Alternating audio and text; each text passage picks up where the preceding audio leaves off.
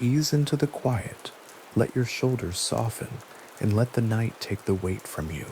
Just for tonight, we'll drift toward the strange, still faces of an ancient mystery from long ago. When this helps you sleep, subscribe. I add a new one every single night. In the spring of 1929, in the flat agricultural country north of Chengdu, a farmer named Yan Dao Cheng was clearing an irrigation ditch through his fields near the town of Guanghan. The morning was ordinary. The soil of the Chengdu plain was dark and damp, as it always is in Sichuan, where the basin holds moisture the way a cupped palm holds water. The ditch was perhaps a meter deep, the kind of trench any farmer in that region might dig in that season, unremarkable in every respect, running in a straight line through earth that had been turned and watered and planted for as long as anyone in Guanghan could remember. Yan's tool struck something that was not soil.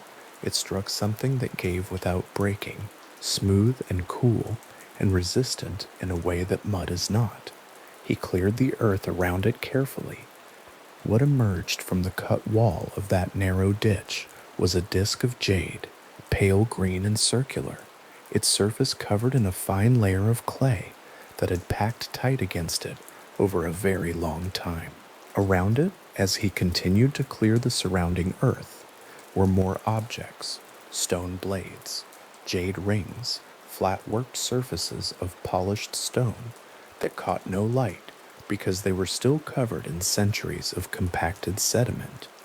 He had not been looking for anything. He had been digging a water channel, and now there were, by some accounts, somewhere between 300 and 400 objects arranged in the earth, a meter below the surface of his field, as though someone had placed them there in perfect darkness and expected them to remain. The things Yan Dao Cheng pulled from that ditch in 1929 were kept in private storage for years. The region was not stable.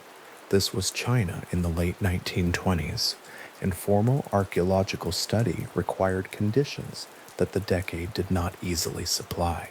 The objects rested in their accumulated quiet, while the world above them continued on its own business. When scholars eventually examined what Yan had found, they understood that something unusual had surfaced. They did not yet understand what. The Chengdu Plain is a wide, flat basin ringed on all sides by mountains. The Min Mountains and the edge of the Tibetan Plateau close the western horizon. Other ranges close the north, the east, and the south. Standing on the plain itself, a person sees farmland extending in every direction, until the green fields meet the gray distance of the mountains, and the mountains form a complete enclosure that makes the basin feel held. The Ya River and the Mamu River cross the plain, their courses shallow and deliberate across the level ground. Approximately 40 kilometers north of the city that would become modern Chengdu, where the Mamu and Ya rivers approach one another across a flat terrace of raised alluvial ground, a settlement once existed that the modern world would eventually call Sanxingdui, a name meaning roughly 3-star mounds for the low earthen rises that still mark the landscape of the site. By the early 20th century, no one in Guanghan was calling that flat terrace by any particular name. It was simply land, farmland, mostly the kind that absorbs generations of ordinary labor without giving anything back except crops. The mounds themselves were low enough that their artificial origin was not immediately obvious to a person walking past them. The rivers turned and ran. The plain stayed flat.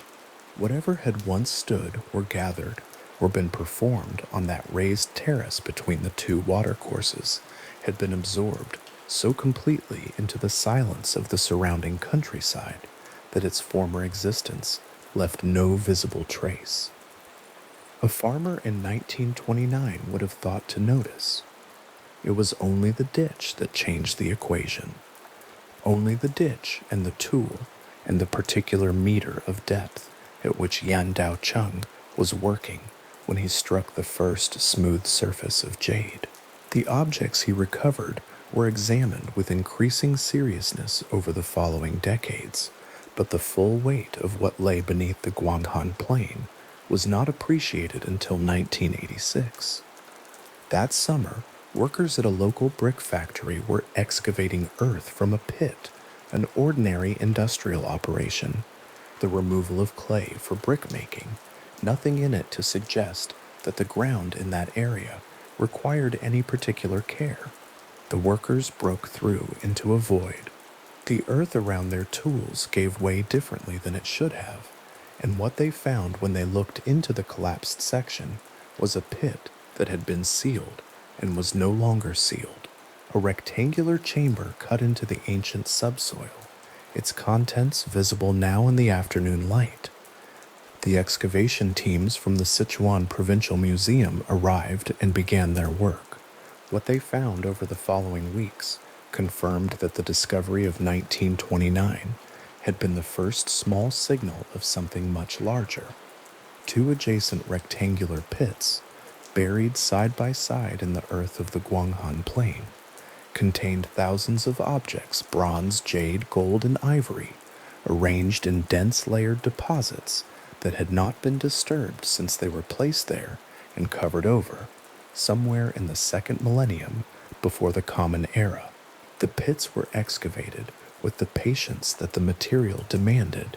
Each object was documented in position before it was moved. Each layer was recorded.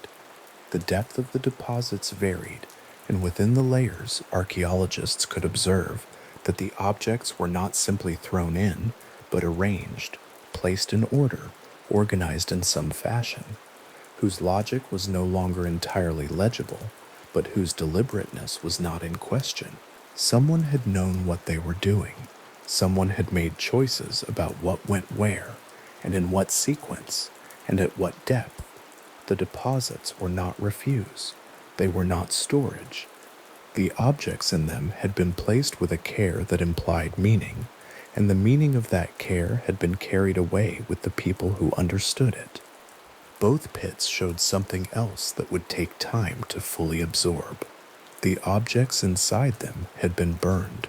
The bronze surfaces bore the marks of exposure to sustained high temperatures, heat distortion, fire blackening, the characteristic cracking and warping that occurs when metal is heated to a sufficient degree before it is cooled. The ivory, where it survived, was charred. Some of the jade showed thermal fracturing. The archaeologists who examined these objects and the conditions of their burial classified both pits as sacrificial deposits, not storage chambers, not graves in the ordinary sense, but places where something had been committed to fire and then committed to earth, in that order, with apparent deliberateness in both acts. The burning had happened before the burial. The objects had been set alight, or some of them had, or they had been placed in proximity to something burning, and then, while some portion of the original heat still lingered in the material, or immediately afterward, they had been arranged in the pits, covered with earth, and left. The earth was packed above them.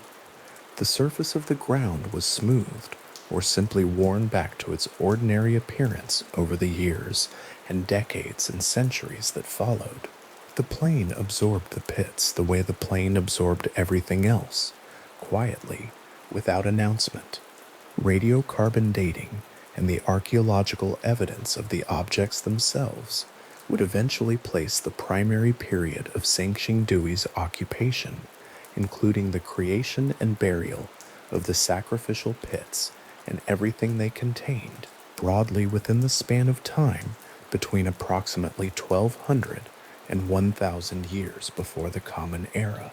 That range places Sanxingdui not at the remote edges of Chinese Bronze Age history, but squarely within it, a civilization active at precisely the same time as the Shang dynasty, which ruled in the Yellow River Basin to the northeast, and which has been the subject of intensive study for over a century. The Shang left inscriptions on oracle bones. The Shang left bronze vessels covered in dense coded imagery and text. The Shang left a record. What was found beneath the fields of Guanghan left something different. The terrace between the Mamu River and the Ya River, where Sanxingdui's ancient walls and habitation areas were eventually traced through survey and excavation, occupied a naturally enclosed and elevated position within the Chengdu Basin. The mountain ranges that rim the basin would have made the plain itself feel distinct, a world complete within its own geography, bounded by peaks in every direction, its rivers running through it, from the mountains to the plains, and then farther south. A civilization developing in this basin over centuries would have had reasons to develop differently from civilizations in open terrain, with more exposure to neighboring cultures in every direction. The basin held what it held. The mountains kept their distance and kept their silence around the edges of the flat ground. The people who lived on the terrace between the two rivers built walls of rammed earth. Archaeological survey has traced the outline of a large settlement across the site, not a village but a substantial urban area by the standards of its period, with distinct functional zones and evidence of sustained occupation over a long span of time. They produced jade and stone objects and forms that show connections to broader jade working traditions across ancient China, and they produced bronzes, a quantity and scale and strangeness of bronzes that would not be understood until 1986, and that is still not fully understood now. The brick factory pit, when it gave way under the workers' tools that summer afternoon, opened onto the contents of what the archaeologists would designate as Pit 1. Pit 2 was found nearby, adjacent to it in the earth, its upper layer of compacted soil, undisturbed until the excavation teams reached it. Each pit was rectangular in plan. Each was substantially deeper than the surrounding undisturbed subsoil. Each had been cut with purpose into the earth and filled with purpose, and sealed above with packed soil that had then been left alone for approximately 3,000 years. Pit 1 yielded bronze objects, jade objects, and stone implements. Pit 2 yielded more bronze objects, more jade, and also ivory, elephant tusks arranged in layers across the top of the deposit, pale and curved against the dark soil, each one resting where it had been placed before the pit was sealed. Below the tusks were the bronzes. Among those bronzes were masks, large, flat, staring faces in cast metal, their features following a logic that archaeologists had not encountered before and have not fully accounted for since. The objects from Pit 2 included fragments of gold and traces of pigment on bronze surfaces. Some of the bronze heads were covered in applied gold foil, pressed smooth over the contours of the face, fitted neatly around the features. In their original condition, polished and gilded, these objects would have had an appearance entirely different from the blue-green corroded surfaces visible in museum cases today. The color of fresh bronze, high in tin, tends towards silver or pale gold. The color of gold foil, applied to a bronze face and lit by firelight, would have been something else entirely, something that existed and was seen and was meaningful to the people who made and used it. And that has not been seen since the night the fires were lit above the pits and the earth was closed. The pace of the 1986 excavation was driven partly by urgency. The brick factory pit had already been broken open, and material was potentially at risk, and partly by the methodical discipline of the archaeological teams who arrived from Chengdu. The work was careful. The documentation was thorough. What emerged from the ground at Sanxingdui in that summer was recorded in position, catalogued, and preserved. The objects went to the Sichuan Provincial Museum, and the news of the discovery eventually spread through the scholarly world, and then, in time, more widely. But the quality of the discovery's arrival in the public consciousness was different from the quality of the discovery itself. The discovery itself had been slow. It had been a farmer's ditch in 1929, encountering the edge of something that had been waiting quietly for a very long time. It had been a brick factory pit collapsing unexpectedly in 1986 and revealing, in the light of a summer afternoon, the uppermost surface of a deposit no one living had ever seen. There was no drama in the actual moment of finding, only the ordinary interruption of a task, and then the slow widening understanding of what had been interrupted and what was now visible beneath. The irrigation ditch that Yan Daocheng was digging in 1929 was perhaps no wider than a man's shoulders. The soil on either side of it would have been dark and slightly damp, the way Sichuan soil is in spring. The cut walls of the ditch would have shown the layering of the earth, topsoil, then the clay subsoil below it, different colors and textures at different depths. The jade disc that first appeared in that cut wall was not visible until the soil around it was cleared. It would have been the shape of it, the smoothness, the way the edge caught faint light in the narrow trench that told Yan Daocheng something was there. He would have cleared the earth carefully with his hands or his tool. The disc would have come free slowly, bringing a fine coating of clay with it, its surface still pale green beneath the sediment, its circular form intact after however many centuries of burial it had endured. Around it the other objects, 300 objects, 400 objects. The counts vary depending on what was catalogued and when. Stone blades, jade rings, worked surfaces in forms consistent with ritual use rather than practical tools, all of them at approximately the same depth, all of them suggesting that someone had placed them at that depth on purpose, in a single act or a concentrated series of acts, and had then covered them over and left them there. Yan kept the objects for years. The conditions of the time did not allow for formal study. The objects sat in storage, handled occasionally, their significance understood incompletely. It was not until scholars gave them sustained attention that their character became clear, that these were not the ordinary artifacts of a familiar tradition, but something that would eventually be traced to a civilization no one had yet begun to reconstruct. The Chengdu Plain at dusk fills slowly with the gray-blue light that comes down from the mountains as the sun drops behind the ranges to the west. The flat basin holds the light longer than the mountains do. The fields stay pale and visible for a long while after the sky above them has begun to darken. Standing on any rise in that landscape and looking toward Guanhan, the town appears as a small cluster of warm light in the center of the flat plain, the surrounding fields extending dark and quiet in every direction, the mountains closing the horizon in their slow ring. The two rivers that run past the terrace where Sanxingdui once stood are invisible from any distance in that light, only the slight depression of their courses readable in the land if a person knows what to look for. It is the kind of landscape that keeps things. The basin's natural enclosure, the depth of its soil, the flat quiet of its terrain, all of these are conditions under which objects placed carefully in the earth at 1 meter's depth, or 2 meters depth, or 3, might persist for a very long time without being disturbed.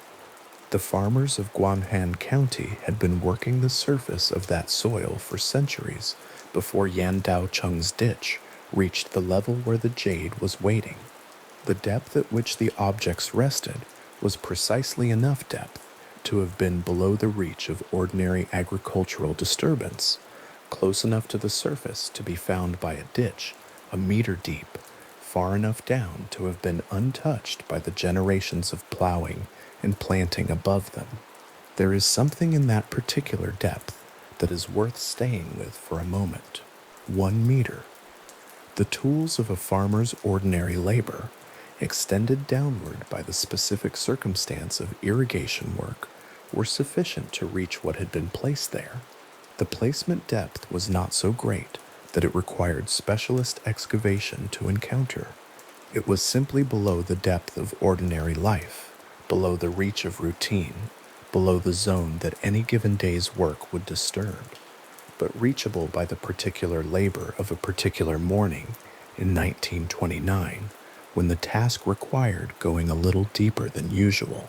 The objects had been at that depth since a time that the current era's instruments would eventually place in the second millennium before the Common Era. The mathematics of that interval are not complicated, but they are very large. When Yan Daocheng's tool struck the first jade edge, the objects in that cache had been in the ground for approximately 3,000 years. They had been placed there by people who lived in a civilization that had left no written record of itself in any surviving text, that had been invisible to its contemporaries in ways that scholars are still trying to understand, and that had been completely unknown to the world above the soil for the entirety of the interval between its disappearance and that spring morning when a narrow ditch finally went deep enough. The 1986 excavation proceeded through the summer. Pit 1 was opened and documented. Pit 2 was located nearby and opened in turn. The two pits lay adjacent to one another in the earth of the Guanghan Plain, rectangular, deliberate, filled with fire-marked objects arranged in careful layers under packed soil. The teams from the Sichuan Provincial Museum worked through the deposits with the patience the material required. They documented each object's position. They recorded the stratigraphy of the fill. They noted the fire damage on the bronzes and the ivory and the jade, and they noted the arrangement, the care with which things had been placed in an order that was meaningful to whoever placed them, even if the key to reading that order had been lost with the people who made it. The quantity of material from the two pits alone was significant by any measure. Thousands of objects, bronze masks, bronze heads, bronze figures, bronze vessels, jade blades, gold objects, ivory. The scale of the deposit implied a substantial and materially wealthy civilization, not a small community producing simple objects for local use, but a culture capable of organizing large quantities of metal, of obtaining elephant ivory, of working gold, of casting bronze objects of impressive scale and unfamiliar form. All of it had been placed in two pits. All of it had been burned before burial. All of it had been left without a single word written anywhere on any surface. No inscription, no label, no name.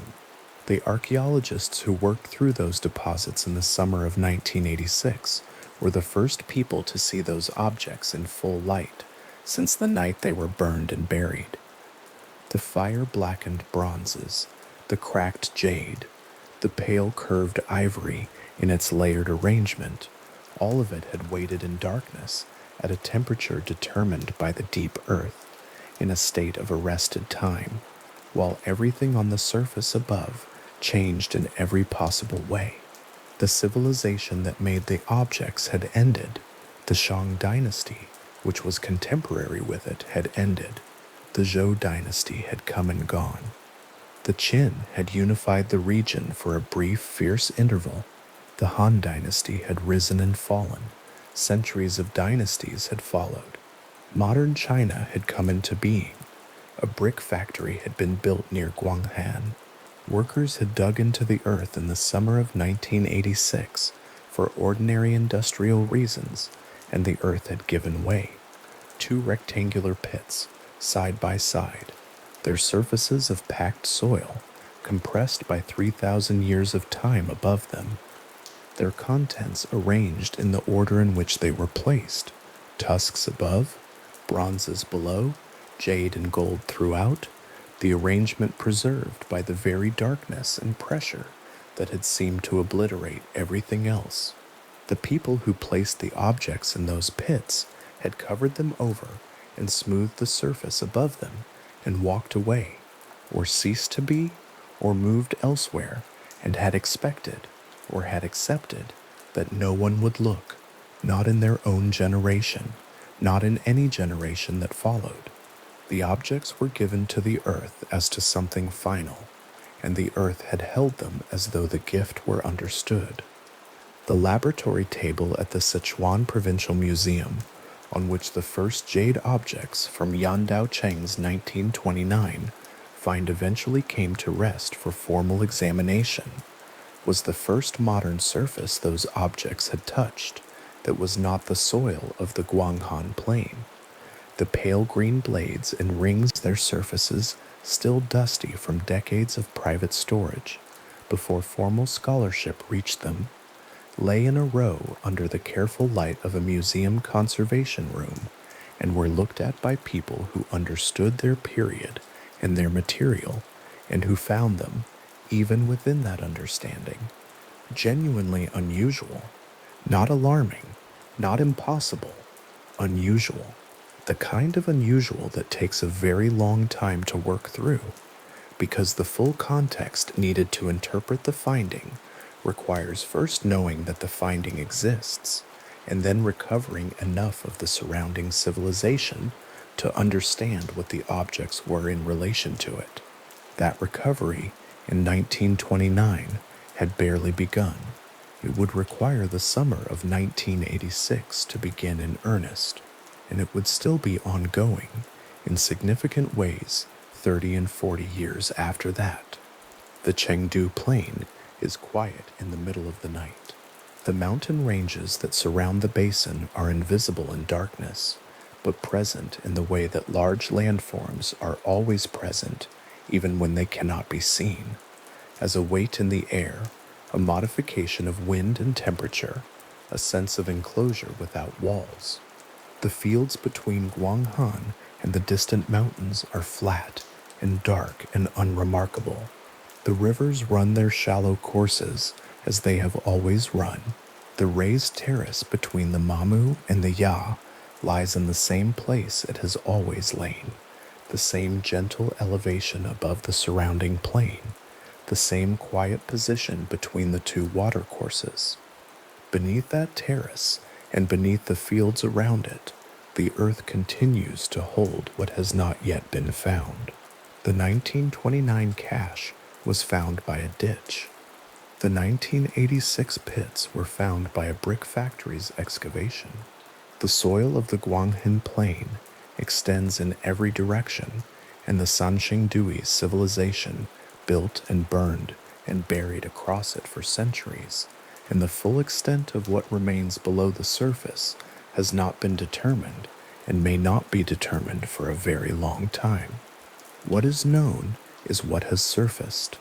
The jade from Yandao Cheng's ditch, the thousands of fire-marked objects from the two 1986 pits, the continued recovery of further deposits and excavations that have extended well into the 21st century.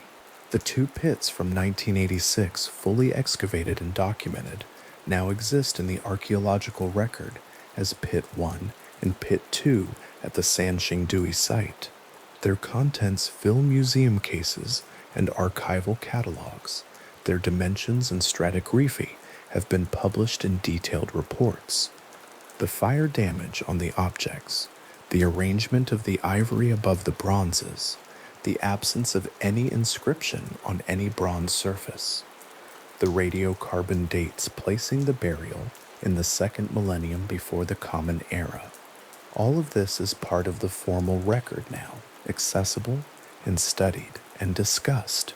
But the quality of the pits themselves, as they were in the moment before they were opened, sealed beneath their packed earth, their contents arranged with care in the darkness below the surface of a field, the fire damage on the objects, the last trace of the heat that preceded the burial, that quality belongs to the long interval during which they were simply there, unknown, beneath the ground. From approximately 1,000 years before the Common Era to the summer of 1986, give or take a few decades of margin on either end, the two pits lay side by side and contained what they contained and were not disturbed. The civilization that placed their contents had organized thousands of objects, committed them to fire, arranged them in earth, and sealed the earth above them. Whatever the intention behind that act, whatever meaning it carried in the tradition that produced it, it had included the expectation or the acceptance that no one would come looking. For 3,000 years, no one did. The largest bronze mask from Pit 2 stands on its museum plinth in a room where the lighting has been calibrated to fall evenly across its surface, and the first thing that registers when standing close to it is not its width or its age or the color of its oxidized surface. The first thing that registers is the eyes. They do not sit flush with the face the way eyes should. They extend outward, each one a thick cylinder of bronze projecting forward into the space in front of the mask, casting a small paired shadow on the pale wall behind it, reaching out toward the viewer with a stillness that has nothing to do with threat and everything to do with difference. Standing there, in that room, looking at a face that does not match the shape of any face encountered before, the experience is not unease. It is something quieter than that. It is the particular attention that comes when the eye finds something it cannot immediately file away, something that requires looking at more carefully, more slowly, more honestly than ordinary looking allows. The eyes of this mask project outward approximately 16 centimeters from the plane of the face. 16 centimeters is not a small number. Placed against a ruler, 16 centimeters reaches from the base of an adult palm to somewhere near the middle of a forearm, a significant distance, a deliberate distance, a measurement that could not have happened by accident or by the slight exaggeration that characterizes decorative art in most traditions. In most Bronze Age artistic traditions across the ancient world, the eye is indicated on the surface of a face. It is incised or pressed or cast in low relief or described by its brow and socket. It is part of the surface. Here the eye leaves the surface entirely and travels outward into the air in front of the face in a form with no parallel in any other contemporaneous Bronze Age artistic tradition that has been found, catalogued, or studied. The Shang dynasty, producing sophisticated bronzes in the Yellow River Basin at precisely this period, did not make eyes like this. The ancient traditions of the Near East and the Mediterranean, the bronzes of the Aegean and the Nile Delta, the metalwork emerging from Central Asia at the same broad horizon, none of them produced this form. It appears at Sanxingdui, and it appears nowhere else, and the person who first decided this was the shape an eye should take, left no record of the reasoning. The cylindrical stalks themselves are worth examining individually because they are not crude extensions. They are carefully made. The surface of each stalk is smooth and consistent, and the bronze material carries its oxidation across the projecting form in the same even green as the rest of the face, which means time has treated the whole object as a single unified surface rather than separating the projections from the rest. At the end of each stalk, the eye terminates in a slightly widened rim, a finishing detail that confirms the projection was always intended to end exactly there, at exactly that diameter, with exactly that slight outward flare.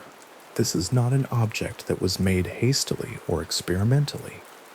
The craftsperson who produced it knew what shape they were making before they began, and they made it with confidence, which means this form already existed, already had a name, already had a meaning by the time anyone applied it to bronze. Other masks from the same pits share the protruding eye form at varying degrees of extension, confirming that this was not a single anomalous production, but a consistent and repeated visual convention across multiple objects made by multiple hands across what may have been an extended period of ritual production. The consistency of the form across different masks and different scales suggests a tradition stable enough to be taught and transmitted, an agreement between makers about what this feature was supposed to look like and how far it was supposed to reach. No text records that agreement. No diagram or workshop notation has been recovered that describes the intended measurement. The agreement survives only in the bronze itself, repeated enough times to establish it as convention rather than eccentricity, but entirely without the written annotation that might explain where the convention came from or what it was understood to mean. The ears of the large masks are a separate consideration. Where the eyes project forward through space, the ears project sideward, extending horizontally outward from the face, in broad flat planes that account for a substantial portion of each mask's total horizontal measurement. Standing before one of the larger examples, the ears reach so far to either side that they move toward the edges of what the eye can comfortably hold in a single frame, requiring a kind of widening of attention to take the whole object in at once. In the focal images they produce in photographs, the ears frequently reach the edge of the frame entirely, which is not a failure of photographic framing, but an accurate record of how far they extend. These are not the modestly described, functionally integrated ears of a human face reproduced in bronze. They are something else, flat and wide and horizontal, fanning outward in a gesture that seems less anatomical than architectural, as though the face has been extended sideward to receive something, or to reach towards something, or simply to be wider than a face would ordinarily be. The Shang dynasty tradition, contemporary with Sanxingdui, and producing bronzes of comparable technical sophistication, treated ears with restraint. On Shang human or anthropomorphic faces, the ear is present but contained, fitted to the side of the head in proportions the eye accepts as normal, subordinated to the overall form rather than announced. The comparison is not a judgment about which tradition was more skillful or more sophisticated. Both were fully capable of producing whatever forms their makers intended. The comparison simply establishes that the ear treatment at Sanxingdui was a deliberate choice made in full knowledge that a more anatomically conventional option was available. The makers of these objects could have made ears that sat close to the face, and they did not. The makers could have made ears in a proportion the eye immediately recognizes as human, and they chose instead a proportion the eye finds arresting. The wide flat ear is not a mistake or a limitation. It is an intention repeated consistently across the corpus of masks, and like the protruding eye, it appears in no comparable form in any other known Bronze Age tradition from this period or this region of the ancient world. The largest single mask from Pit 2 measures approximately 1.38 meters wide and 0.85 meters tall. These numbers should be held for a moment against what they describe. 1.38 meters wide is wider than most adult humans are tall, from floor to shoulder. 0.85 meters tall is taller than a large dog, taller than a child of several years, taller than most objects produced by Bronze Age craftspeople for display or use. A mask of this size in any period is not a mask. It is not something held against a face, or tied to a face, or carried in a procession by a single person. It is a fixed object, a mounted object, something placed and kept in a specific location for viewing rather than wearing, something that functions as a focal point of space rather than a covering of a person. At this scale, the face it presents is not a face at the scale of a human. It is a face at the scale of something else, something larger, something that the people who commissioned and made and used it had in mind as a presence that exceeded the human frame. The technical achievement of casting an object of this size in bronze deserves its own quiet acknowledgement. Bronze casting at this scale in the second millennium BCE required controlled temperatures, carefully prepared molds, quantities of metal large enough to fill a form of these dimensions before the material cooled and solidified, and sufficient coordination among the people doing the work to pour and manage the process without catastrophic failure. That this mask exists in close to its original condition, that it survived the fire of the pit, the centuries of burial, the weight of the soil above it, is a material fact worth holding alongside its dimensions. It was made to last. Whether its makers intended it to last for 3,000 years in the dark is a different question, but the object itself answers in the only way objects can, by still being here, still holding its dimensions, the still projecting its cylindrical eyes into the air in front of its face, in a room in Sichuan province where the light has been arranged to fall evenly across its surface. Cinnabar has been identified on certain bronze surfaces at Sanxingdui, a red pigment, vivid against the green of oxidized bronze, found in folds and recesses of the metal where the original surface has been protected enough to preserve traces of its applied color. Under laboratory lighting and the careful work of a conservator's brush, the cinnabar appears in a fold near the mouth of a mask as a bright patch of red against the surrounding green, the color still carrying something of its original intensity after 30 centuries of sealed burial. The current surface of the Sanxingdui bronzes, the blue-green of copper oxidation, familiar from museum displays of ancient metalwork worldwide, is not the surface these objects had in the period of their active use. What was seen by the people who used them was different. What was seen was the pale silvery gold surface of a high-tin bronze alloy, freshly cast and polished, with red cinnabar applied to specific areas in specific patterns that are now only partially recoverable. That difference matters for understanding what these faces were. The mask that stands in the museum, green and ancient and remote, is not exactly the object that was carried, or mounted, or viewed in whatever ritual context it was made for. The green is the mask after time has worked on it. The original was brighter, more variegated, red in places and pale gold in others, a surface that would have caught light and responded to it differently than the matte oxidized surface responds to it now.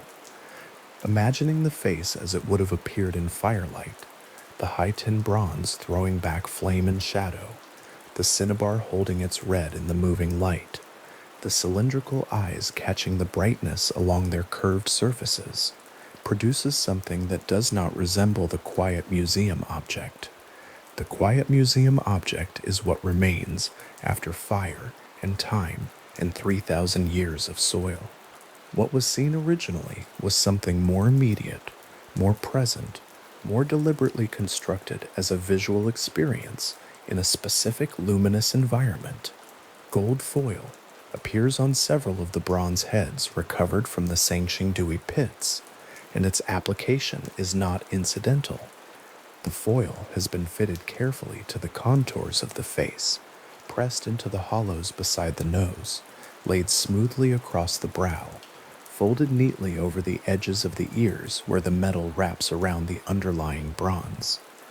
The seams of the gold foil are placed at natural transitions of the face's form, at the hairline, at the ears, where the fold of the material would be least visible against the surface it covers.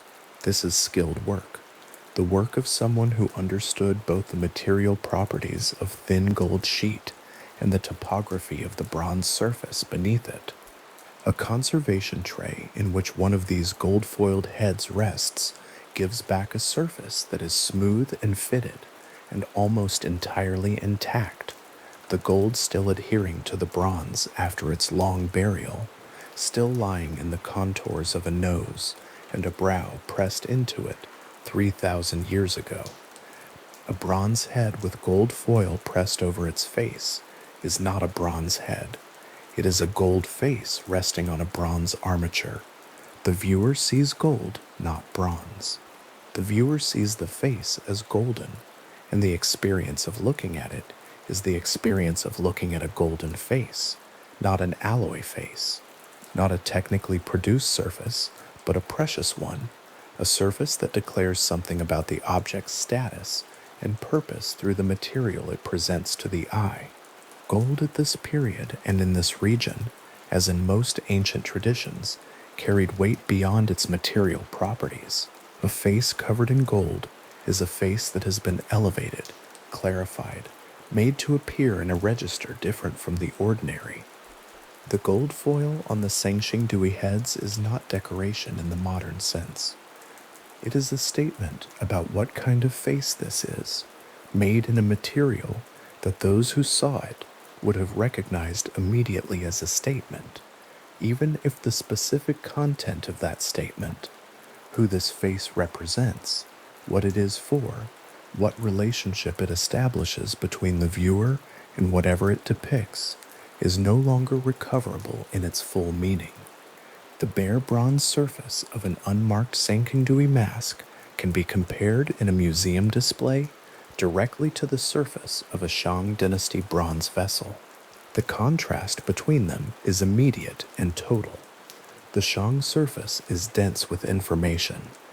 It carries Tai animal faces, those composite creatures of paired eyes and horns, whose specific reference in the belief system they encoded are themselves a matter of active scholarly discussion, but whose presence as organized intentional image making is undeniable.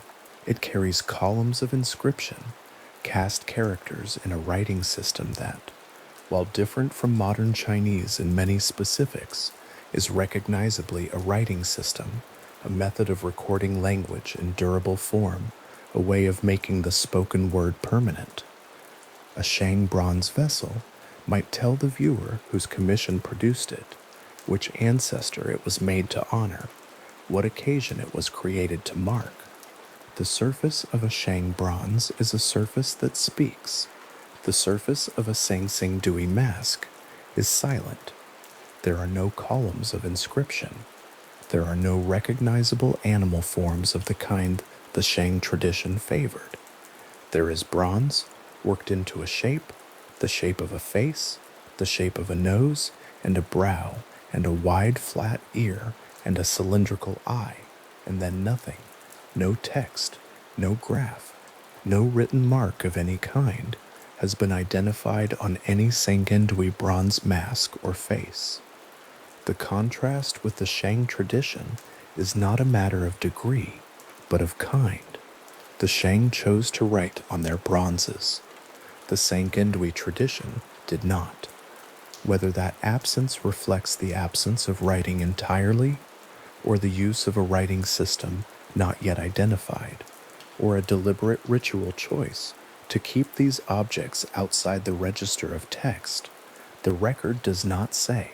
What the record shows is a surface that carries its meaning, if it carries meaning, if that is the right word, in form alone, in the shape of the projection, and the width of the ear, and the careful placement of the gold and the red, without a single written mark to tell the viewer what any of it was for. There is something particular about standing in front of an object that size, that old, that precisely made, and finding its surface unmarked, where writing would be. The Shang vessel in the adjacent case offers the eye something to decode, a surface that acknowledges the viewer by addressing them in language, by providing the possibility, however distant, of communication across the centuries. The Sanxingdui mask offers only its form. It presents its cylindrical eyes at the viewer without explanation. It offers its wide, flat ears in a silence that is not hostile or withholding in any emotional sense, but simply complete, a surface that has never included the thing the viewer might look for, that was made to a different set of requirements, in a tradition that found no need to annotate itself in any form the subsequent record knows how to read. The absence of writing is one of the most significant features of the Sanxingdui bronze tradition, and it is also one of the most difficult to hold in mind without immediately theorizing about it, which is precisely what the object itself does not permit. The mask does not explain its silence, it simply has it, consistently, across every face recovered from the pits, every one of them bare of inscription, every one of them carrying its meaning, whatever that meaning was, in the bronze alone. The faces that look like nothing else leave no text alongside the looking. They offer only the form, and the form is what it is, precise, deliberate, strange in its proportions, unmarked on its surface, and present in this room in a way that 3,000 years of burial has not substantially altered. The ear of a large mask, examined at close range, gives back a surface that is green and stippled with the texture of centuries of oxidation. The flat plane of the ear extends to the side of the face in a proportion that is immediately registered as unusual.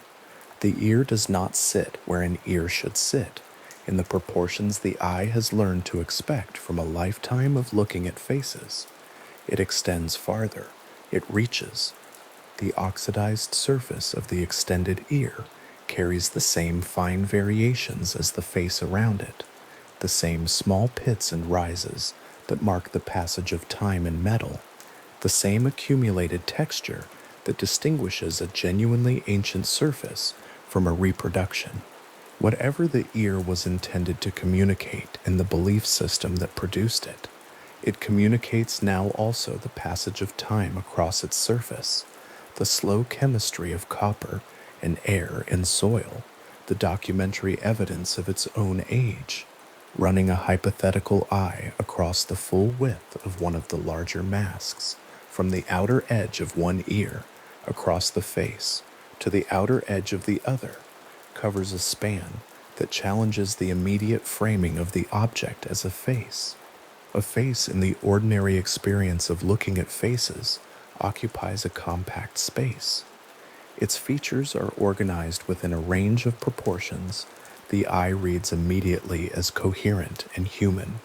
The large Sanxingdui masks occupy a different range of proportions, one in which the horizontal dimension is so considerably extended by the wide-reaching ears that the overall impression is not quite of a face, as ordinarily understood, but of a face that has been widened deliberately, stretched toward the edges of its own frame, pushed toward the limits of what the central image of a face can absorb before it becomes something else.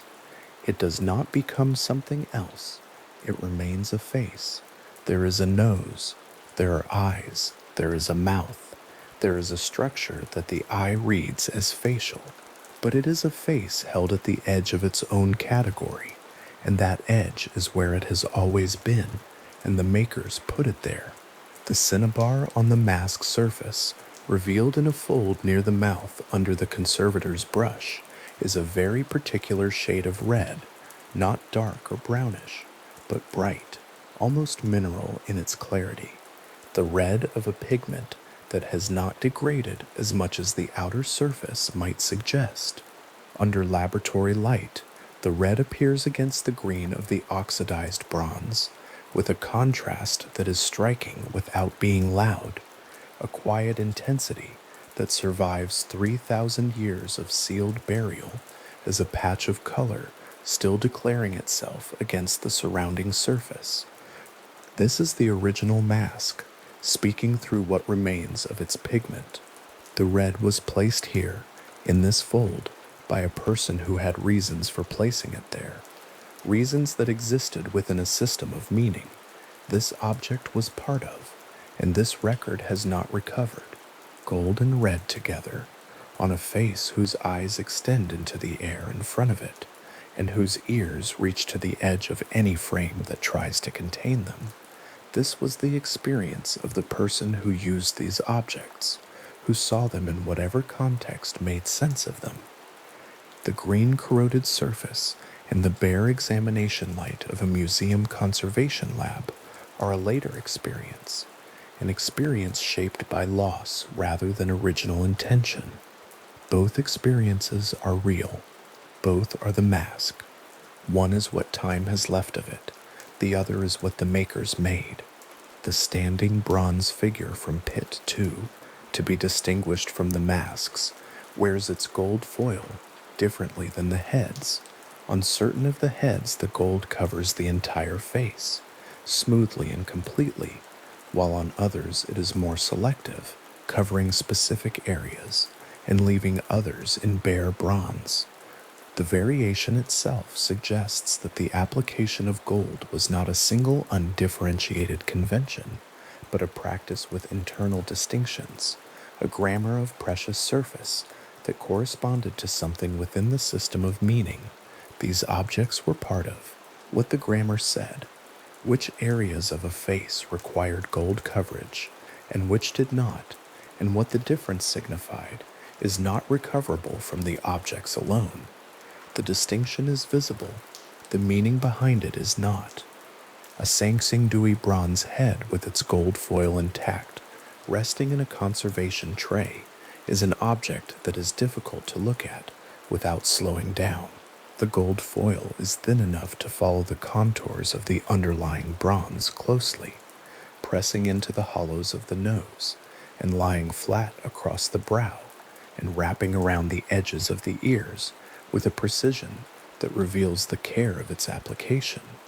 The seams are at the ears, folded neatly over the bronze edge, and at the hairline, where the worked surface of the head transitions from face to the plain bronze above it. Below the gold, the bronze surface is still there, still carrying the detail of the cast face, the slight shaping of the brow, the mottled form of the nose, the line of the mouth. The gold layer is thin enough that the bronze beneath it is perceptible, and the resulting object is a face that is simultaneously bronze and gold, both materials present, one covering the other, the bronze providing the form, and the gold providing the surface that was seen. The face the viewer sees is gold. The structure beneath the face is bronze. The face was made to be seen, and the structure was made to support the seeing. In a museum case, without the ritual context that once surrounded this object, without the firelight, or the incense, or the ceremony, or the gathered community that once framed it, the gold-foiled head rests in its conservation tray and presents its face in the even light of a display room, and the face it presents is still composed and precise and fully achieved, the gold still lying in the contours of the nose and brow as it was pressed into them, the seams at the ears still folded with care. There are no words on this face. There never were. The gold surface is entirely unmarked by text, as every other Sanxingdui bronze face is unmarked, as the large mask is unmarked, as the smaller masks are unmarked, as the entire corpus of Sanxingdui bronze faces, in all their variation of scale and treatment and detail, presents itself without a single written character, pressed or incised, or cast into the surface. The bronze face in the Shang tradition sometimes carries the name of the person who commissioned it, or the name of the ancestor honored by its production, or a record of the occasion.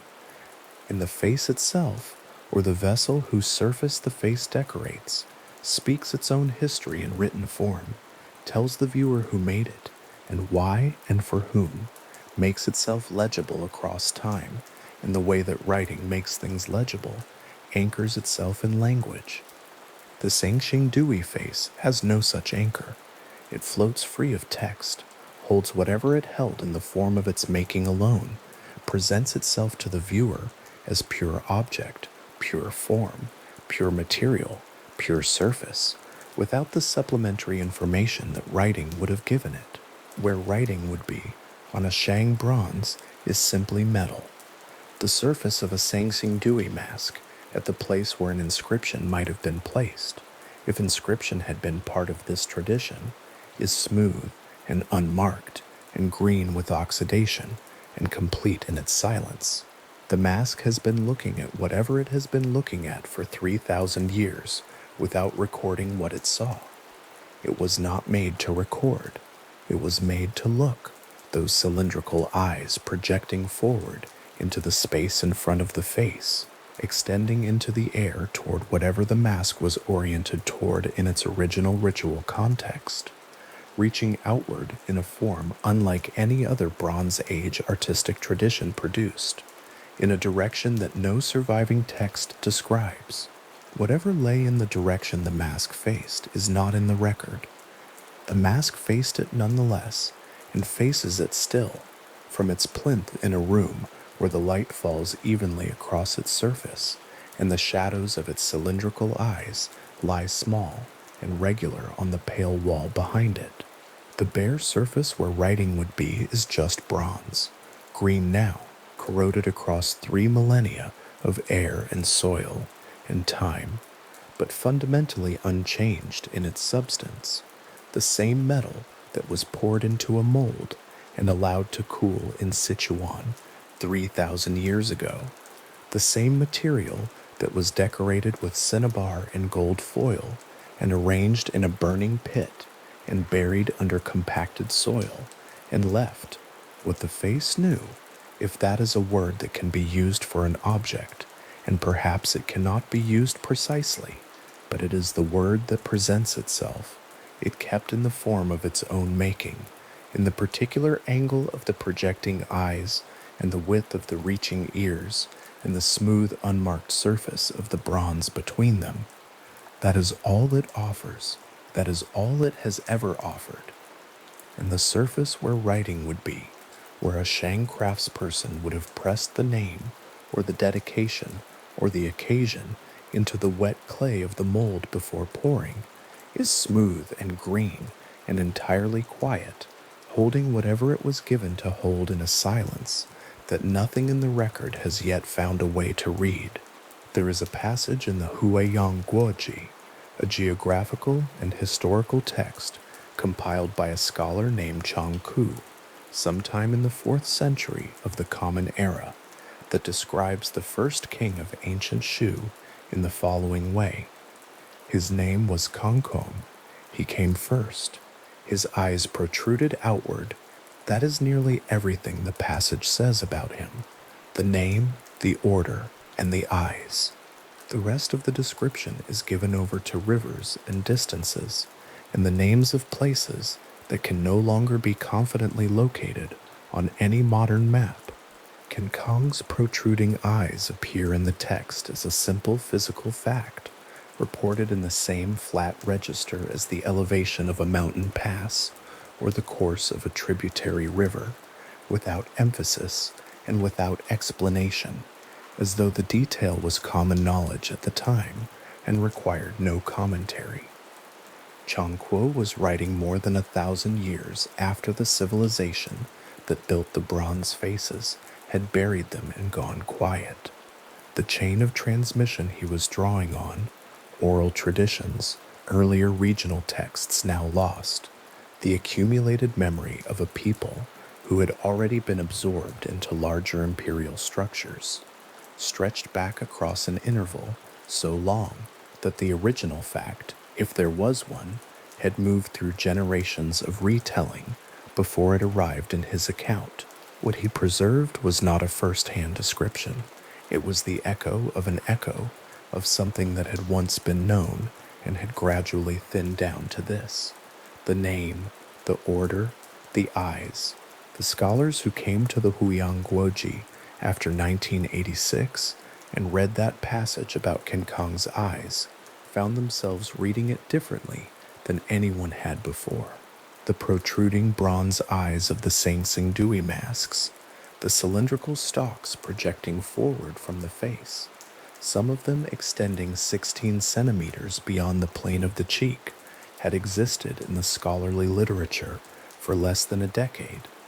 But there it was, in a 4th century text recording the memory of a culture that had by then been silent for more than 2,000 years. The first king had eyes that protruded outward. The bronze faces had eyes that protruded outward.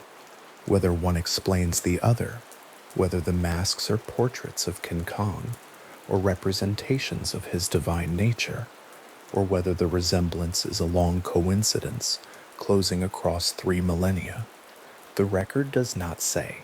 What the record does say is that King Kong was remembered as the first. The Huayang Guozhi names 4 other founding figures after him: Boguan, Yufu, Duyu, and Kai Ming, each one associated with a dynasty or a period in the deep history of the Shu people, each one described in ways that blend the historical and the mythological until the boundary between them is no longer clearly visible. These are not figures whose existence can be confirmed through any physical evidence independently of the texts that name them.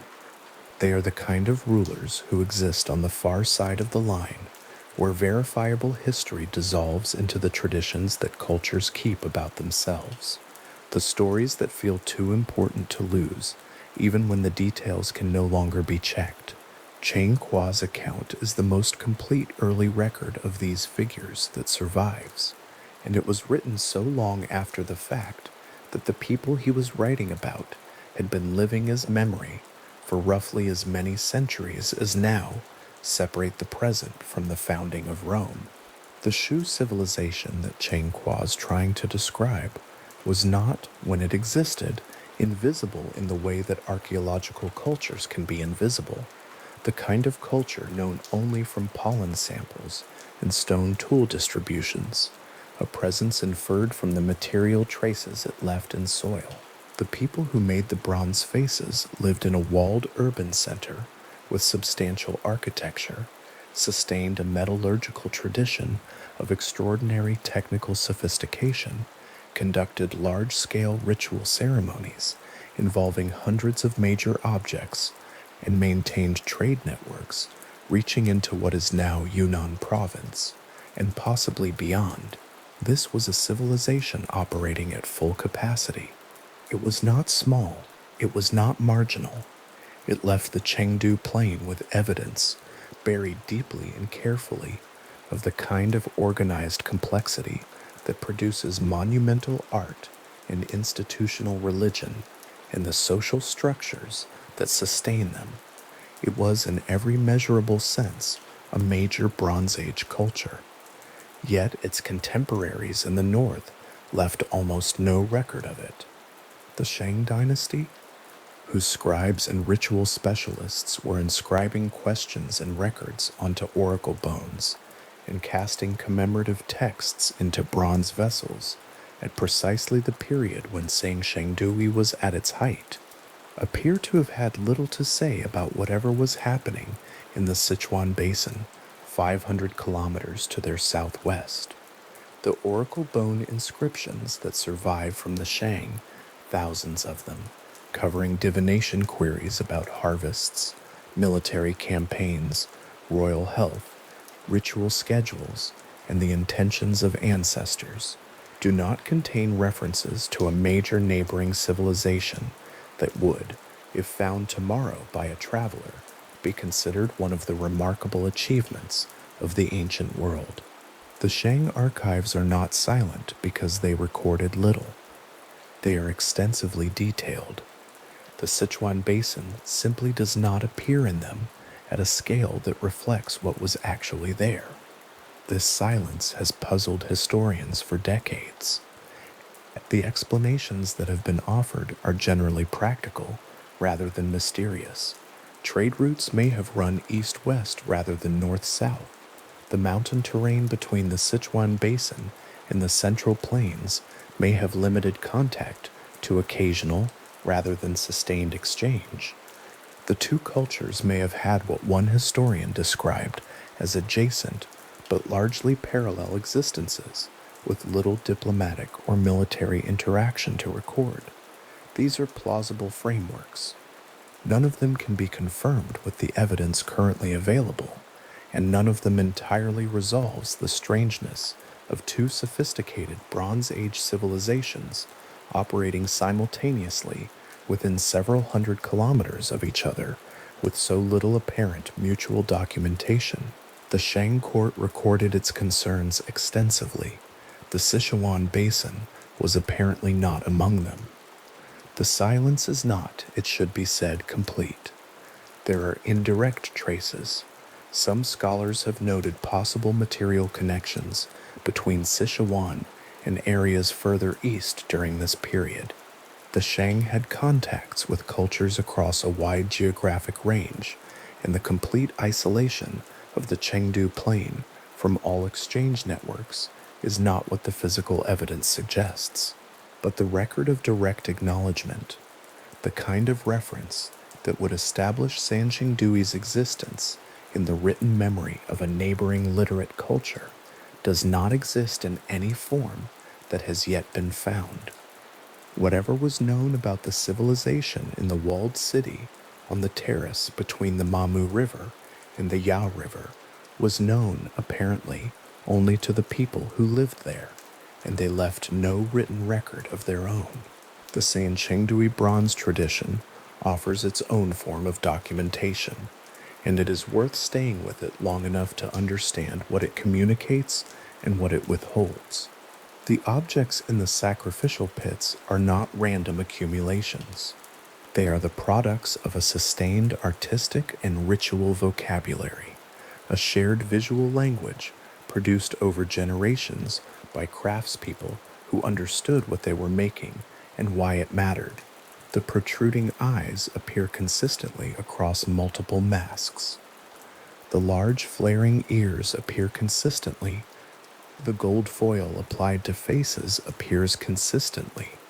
The scale of certain objects, the largest masks, the standing figures, the sacred trees, is consistent with a tradition that understood monumentality as a deliberate choice, not as an accident of having more bronze than it knew what to do with.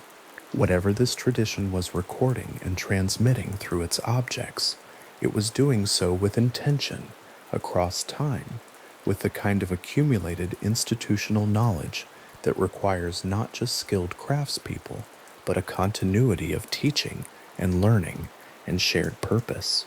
That continuity is not accessible from outside the objects themselves. The faces do not bear inscriptions. The trees do not carry dedications. The standing figure's open hands held something that has not survived, and the absence of that object means the figure's gesture is preserved without its referent, the pose complete and the meaning incomplete. The masks look in the direction they have always looked.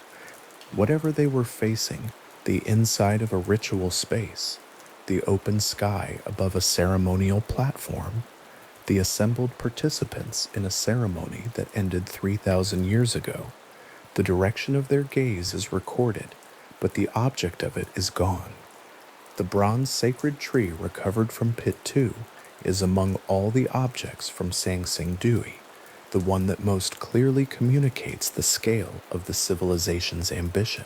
Standing nearly 4 meters tall when assembled from its recovered fragments, it rises through 3 tiers of branches that spread outward and curve slightly downward at their ends, where bronze fruit cluster and small birds perch in postures of settled rest.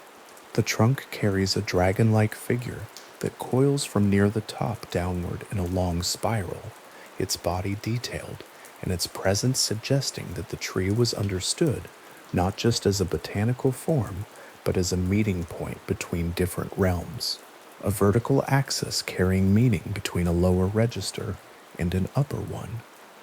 The birds on the branches, 9 of them, distributed across the tiers, have been connected by some scholars to ancient Chinese traditions about solar birds. The idea that the sun was carried through the sky by a bird, or that the sun itself had an avian nature. Whether this connection is correct for Sanxingdui specifically, whether the tree's makers shared that symbolic vocabulary with the cultures to the north and east, or whether they were working within an entirely distinct cosmological system that only superficially resembles the traditions documented elsewhere, the record has not established. What the tree establishes without ambiguity is that the civilization capable of producing it was not in any sense a peripheral or incipient culture. The bronze casting required to produce the tree and its ornaments was technically demanding. The design required sustained conception.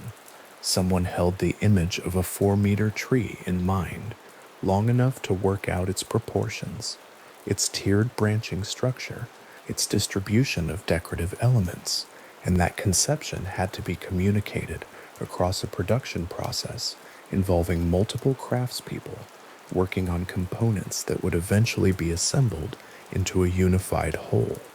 The birds at the ends of the branches fit the branches they were made for. The fruit clusters hang at the correct intervals. The dragon's body coils at the correct angle.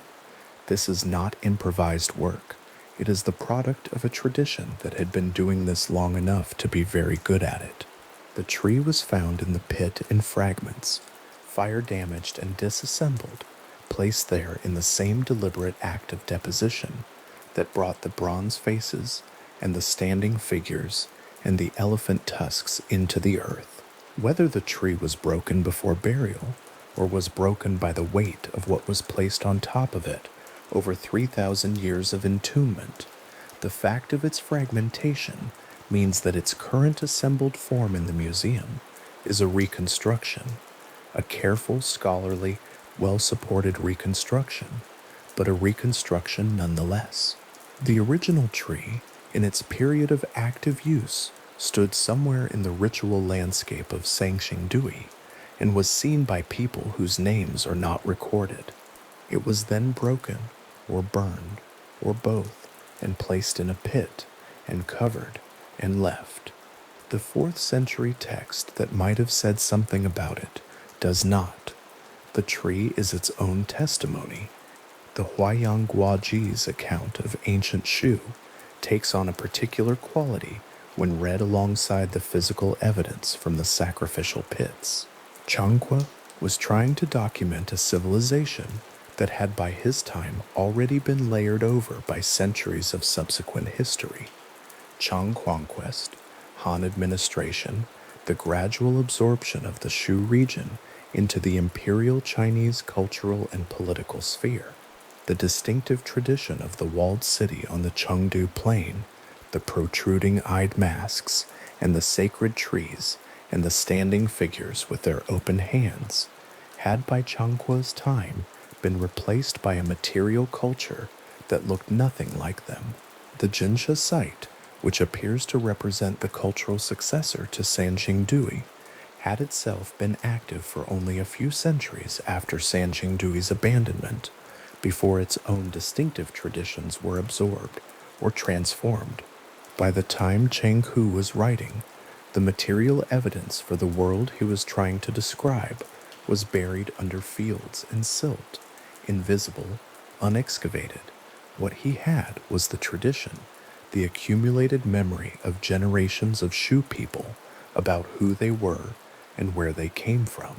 That he preserved what he preserved, the names of the founding kings, the detail about Kang Kong's protruding eyes, the outline of a dynastic succession that stretches from the mythological toward the historical, is itself a fact worth holding. The text is not physical evidence in the way the bronzes are. It does not confirm that Kang Kong existed as a historical individual, that the dynasties he named followed the order or duration the text implies, or that the traditions Chang Kwok recorded were transmitted without significant distortion across the 1,000 years between Sangdui's probable fluorescence and the text's composition. But it is a record of what Shu people, writing in the 4th century CE, believed or maintained about their deep past. And the detail about the eyes is there, in the text written before anyone had dug up a single bronze mask with protruding cylindrical eyes and held it up to the light. There is a particular quality to the silence around Sanxingdui that is different from the silence around other ancient cultures that left no writing. The Kukudi Tripilia culture of Eastern Europe, the builders of the megalithic tombs of Atlantic Europe, the creators of Göbekli Tepe in what is now southeastern Turkey. These are cultures whose silence is complete, for whom no textual tradition survives, from even a neighboring people, to suggest that their existence was known and remarked upon. Sengdui's silence is different. Cheng Kua's 4th century account preserves the memory of what preceded it, however thinly. The Jinsha site that followed it preserves the material continuity of its artistic traditions, however transformed. The gold sun discs of Jinsha, the jade blades, the ivory deposits, they speak a recognizable dialect of the visual language the Sanxingdui craftspeople had developed, translated into a new place in a new period, but still intelligible as a continuation. The silence around Sanxingdui is not the silence of a culture that vanished without trace. It is the silence of a culture that left its traces in forms that the surrounding world was not well positioned to preserve. The jade blades and stone objects that the farmer Yan Daocheng pulled from his irrigation ditch in 1929 had been sitting a meter below his field since approximately the time Sanxingdui was at its height, or perhaps somewhat later, the exact dating of the surface scatter uncertain. They were not the bronze faces. Those were deeper, in the sealed pits, waiting for the 1986 excavation, but they were the first material intrusion of Sanxingdui into the modern world, the first physical evidence that something substantial had been happening on the Chengdu plain before the agricultural rhythms of the present had leveled everything out.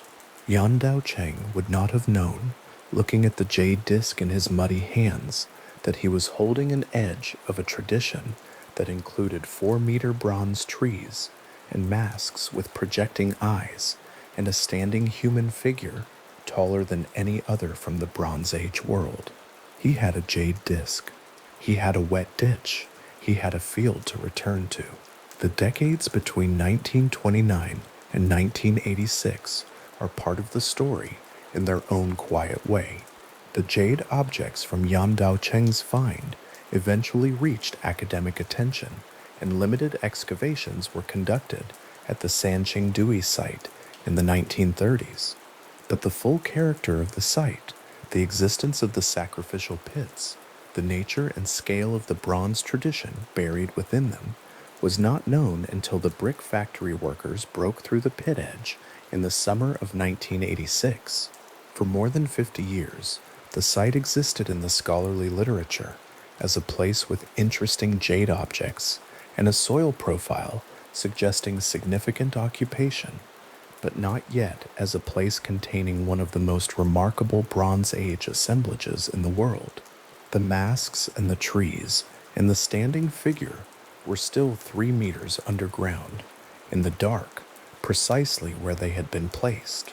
Cheng Kua's text about Kangkong's protruding eyes was already 1,600 years old. The field grew what fields grow, and the two civilizations, the ancient and the contemporary, coexisted without knowing it. The abandoned center at Sanxingdui, the city and its ritual precincts left behind around 1000 BCE, presents a question the record addresses only partially. Something changed. The people who had sustained this tradition for generations, who had cast the faces and the trees and the figures, who had conducted the ceremonies in which the sacred tree was carried or displayed, who had known the names and meanings of all the objects that now sit in museum cases, labeled with the designations excavators gave them. Those people, or their descendants, or the institutional successors to their priestly and royal roles, moved. The evidence for what came next is 50 kilometers to the south. The Jinsha site, active in the centuries following Sanxingdui's abandonment, shows a culture that remembered what it had come from. The gold discs at Jinsha carry radiating patterns that echo the bronze disc forms known from Sanxingdui. The jade bai discs and zang blades at Jinsha continue forms that were present at Sanxingdui. The large-scale ivory deposits at Jinsha, hundreds of tusks arranged in ways that recall the tusk layers of the Sanxingdui pits, suggest that the ritual vocabulary governing how ivory was used and deposited traveled with the culture when the culture moved.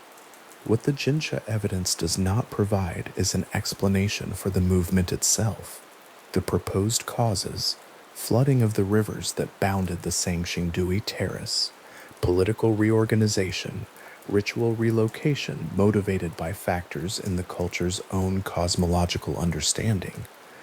The aftermath of whatever event the pit depositions represented exist in the scholarly literature without any of them having achieved consensus. The record shows that the site was abandoned and that a successor culture appeared 50 kilometers to the south. The reason is not recorded. The people who made the decision, or who were present when the decision was made, or who conducted the final ceremonies before the gates were closed and the fires were lit and the objects were lowered into the earth. They did not leave a document explaining themselves. Perhaps they assumed it was understood. Perhaps documentation was simply not part of how this civilization preserved its knowledge. Perhaps whatever records they kept were organic and have not survived. The record is quiet on this question, and the silence here is of the ordinary kind. The silence of time and fire and the perishability of most of what human beings produce. What is not silent is the Jinsha gold disc resting in its museum case in present-day Chengdu, 50 kilometers south of the site where the bronze faces were buried. The disc's surface is worked into a pattern of radiating forms, a center, and movement outward from the center, and a border, the whole thing suggesting a sun, or a wheel, or a concentrated outward energy, a form that speaks in visual terms that do not require a written language to be understood as something other than random. The disc was produced after Sanxingdui was abandoned, by people who were not the same people who produced the bronze faces, in a place that was not the same place. Yet the artistic impulse that organized the disc's surface into radiating coherence, the sense that circular forms with outward movement carried significance worth rendering in gold, is recognizably the same impulse that organized the bronze discs and the circular ornamental forms at Sanxingdui. The tradition had moved. Its visual logic had traveled with it. The Huiyang Kuaji, compiled in the 4th century CE to preserve what could still be preserved of the deep history of the Shu region, was trying to reach back across this entire sequence, across Jinsha, across the intermediate centuries, across the abandonment of the older city, across the protruding-eyed king whose memory had survived everything else. Chang Qiu was not writing mythology in the sense of fiction consciously produced. He was trying to document what his culture maintained about its own origins. The traditions he recorded were, by the time he recorded them, already ancient, and the distance between what he wrote and what had actually happened in the 2nd millennium BCE is genuinely unverifiable. But the fact of the Huiyang Guoji matters independently of its accuracy about specific events.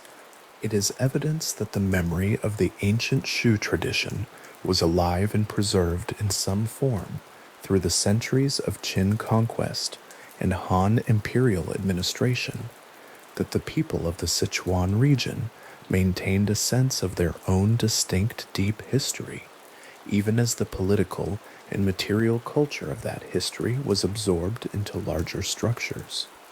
The protruding eyes of Kong survived in the text because they mattered to someone across all those centuries enough to preserve them. The masks in their museum cases look in their fixed direction. The sacred tree stands in its case, nearly 4 meters of bronze branches, holding birds that have not moved in 3,000 years. The standing figure reaches toward whatever it once held, with hands that are still open and empty and precisely positioned. These objects were made to be seen. They occupied, at their period of active use, a visual and ritual space in which they were the focus of practices that organized the lives and the cosmological understanding of the people who produced them. They were not made to be buried. The burial came later, as the final act of whatever ceremony, or crisis, or deliberate conclusion ended the life of the site. Before the burial, there was the use, the years and decades of ritual engagement that accumulated in the objects until someone decided the moment had come to commit them to the earth. That period of use, the ceremonies, the participants, the knowledge brought to bear on the correct handling of a 4-meter bronze tree or a mask with projecting eyes, is the part of the Sanxingdui story that no excavation can recover. The pits contain what was buried. They do not contain the meaning of what was buried, the knowledge that the living tradition carried, and that ended, for all practical purposes, when the fire went out and the earth was closed over the objects, and the people who remained walked away. Qinkru reached back across 1,000 years with his 4th century text and caught one detail: the protruding eyes, the first king, the name. The objects themselves, brought out of the ground in 1986 and in the new excavations that continued after 2020, carry the rest of what can be recovered, which is the form without the text, the face without the name, the gesture without the intention. The Jinsha gold disc rests in its case in Chengdu, 50 kilometers south of the older site, the civilization having moved itself quietly across the plain while leaving the walled city sealed beneath its fields. The disc's surface holds its radiating pattern in polished gold, the same outward-reaching visual energy that organized the bronze disc forms at Sanxingdui carried forward into a new material and a new place. Between the buried faces to the north and the gold disc to the south, the distance is 50 kilometers of flat agricultural plain, and the distance in time is close enough to human memory that it could, in principle, have been bridged by the testimony of people who remembered both. Whether it was, the record does not say. The disc holds its form, the faces hold their gaze. The tradition passed from one site to the other in some way that is no longer visible, and settled into the new place, and continued for a while longer, and then it too became something that required a 4th century scholar to try to reconstruct from the faint impressions that remained. At the base of the standing figure, the decoration begins, not at the face, not at the hands, at the feet, or rather just below them, at the elaborate rectangular pedestal on which the figure stands, a pedestal that is itself a work of considered artistry, its surfaces carved into geometric registers, and animal heads that face outward in every direction. Small elephant forms pressed into the bronze at the corners, their trunks curved downward toward the floor. The pedestal alone would be a significant object if found in isolation. Placed here, it is simply the foundation of something much larger, and the eye moves upward from it almost without deciding to. The ankles above the pedestal are narrow and precisely rendered. The garment begins almost immediately, a layered ceremonial robe worked in relief across the surface of the bronze, its lower hem falling in careful horizontal bands to approximately mid-calf, each band carrying its own decorative vocabulary of interlocking forms that shift register as they ascend. The casting is controlled. The detail does not blur or simplify where the mold would have been difficult to manage. Whoever made this object understood the material at a level that took years to reach, and the garment they rendered in bronze reflects that understanding in every surface it covers. Moving upward, the waist is cinched by what appears to be a wide ceremonial belt, its surface again worked in relief, again carrying decorative registers that do not repeat the ones below. The chest above it is narrow relative to the scale of the whole, the figure's proportions elongated in a way that reads as deliberate rather than anatomically descriptive. A formal choice, an aesthetic grammar rather than an attempt at portraiture.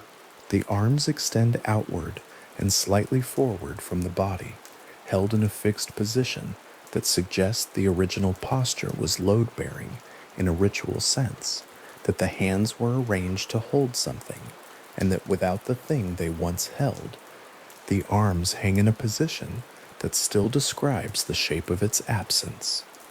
The hands themselves are open, the fingers are extended and slightly curved, the grip implicit in the angle of the wrist and the spacing of the bronze fingers, and whatever they once held, a tusk, a staff, a cylindrical ritual object, is gone, leaving the hands in a position that is legible as holding without there being anything to hold.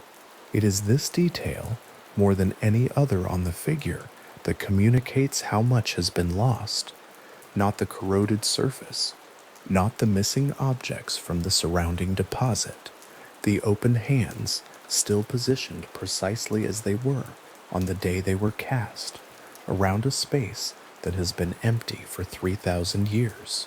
And then the face, finally, at the top of a figure that stands, in its combined height, including the pedestal, approximately 2.5 meters tall. The face is not as extreme in its features as the largest bronze masks recovered from the same pit. The eyes protrude, but not in the long cylindrical stalks that characterize the most anomalous of the Sanxingdui mask forms. The ears are large and flared. The mouth is a thin line drawn across the lower third of the face, with a slight upward curve at each corner that falls short of any expression a viewer would name as a smile. What the face communicates, looked at directly, is a kind of formal arrest, a permanent stillness that is not peace and is not distress, but is simply a register of expression that does not map onto a familiar emotional vocabulary, a face that has been looking at the same fixed point in the distance since the day it was cast, and shows no sign of looking anywhere else. This is the standing bronze figure from Pit 2. It is approximately 262 meters in combined height, including the pedestal on which it stands. It is the tallest known freestanding bronze human figure produced anywhere in the world during the Bronze Age. It was assembled from separately cast sections, fitted together after cooling. It was decorated in its period of active ritual use, with gold foil pressed over at least portions of its surface. It was placed in a sacrificial pit, burned, broken, and buried, and it was reassembled by archaeologists in the second half of the 20th century from the pieces recovered from the soil. It now stands in the Sanxingdui Museum in Guanghan County in Sichuan province. It holds nothing. It has held nothing for 3 millennia. The question the object poses is not what it represents. That question has answers, partial and contested, in the broader scholarly literature on Sanxingdui ritual practice. The question the object poses, when considered as a piece of physical fabrication, is a different one. How was it made? And where did the knowledge come from that allowed it to be made at this scale and at this date? Bronze casting in the ancient world was not a skill that emerged spontaneously from raw materials and intention. It required a chain of prior knowledge, an understanding of alloy composition, of mold construction, of the behavior of molten metal under controlled pour conditions, of how to manage cooling rates and avoid the catastrophic failures that would result from moisture in a mold, or from the wrong ratio of metals, or from a crack in the clay through which the liquid bronze would escape before setting. These failures were not hypothetical. They were the ordinary conditions under which early foundry knowledge accumulated, generation by generation, in cultures that had the time and the institutional stability to preserve what worked and discard what did not. A figure of the scale and quality of the Pitu standing bronze did not emerge from a tradition that was still learning these lessons. It emerged from a tradition that had already absorbed them. Metallurgical analysis of the Sanxingdui bronzes has established that the objects were produced using piece mold casting, a technique in which clay sections are constructed around a model. The sections are fitted together and locked in alignment, and the molten alloy is poured through channels left in the mold assembly. Piece mold casting is a method with deep roots in Chinese Bronze Age practice, and the Shang dynasty to the east produced sophisticated bronzes using related techniques.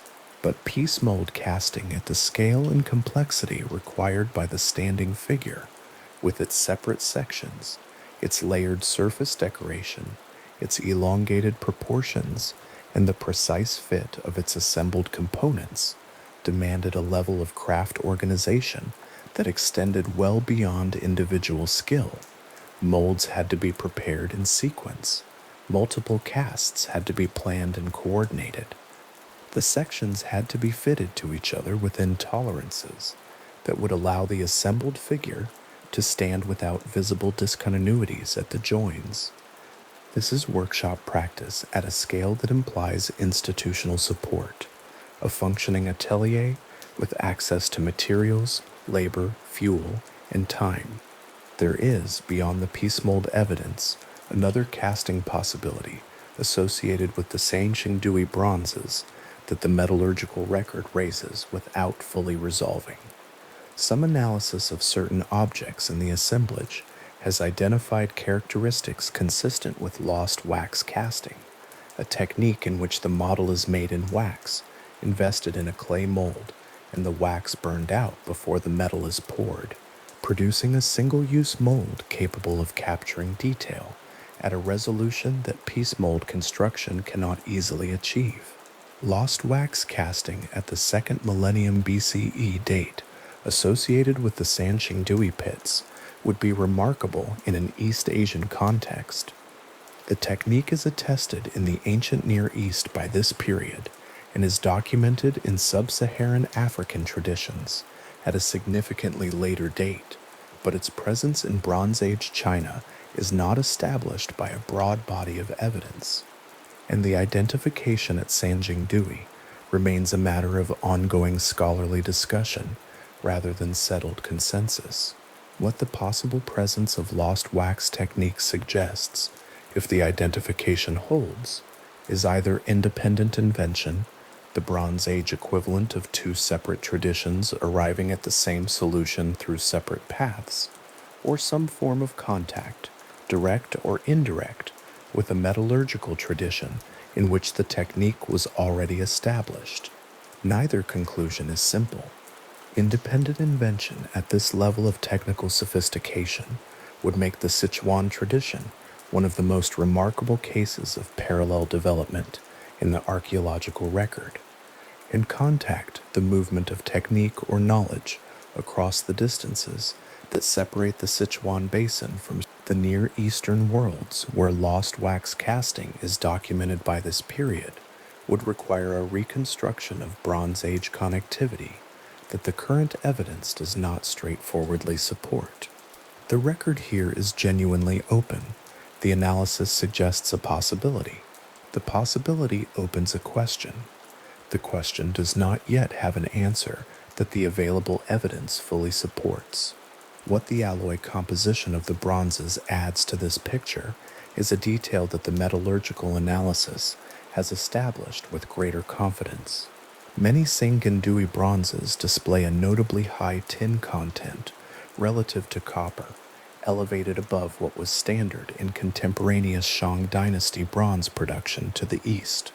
The significance of this compositional difference is not purely technical.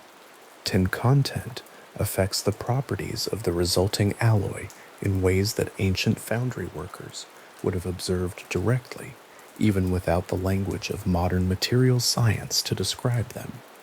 A higher tin bronze is harder, more brittle, and most visibly lighter in color. A freshly cast and polished high tin bronze surface would have appeared silvery, or in some lighting conditions, nearly pale gold, rather than the reddish-orange surface associated with lower tin alloys.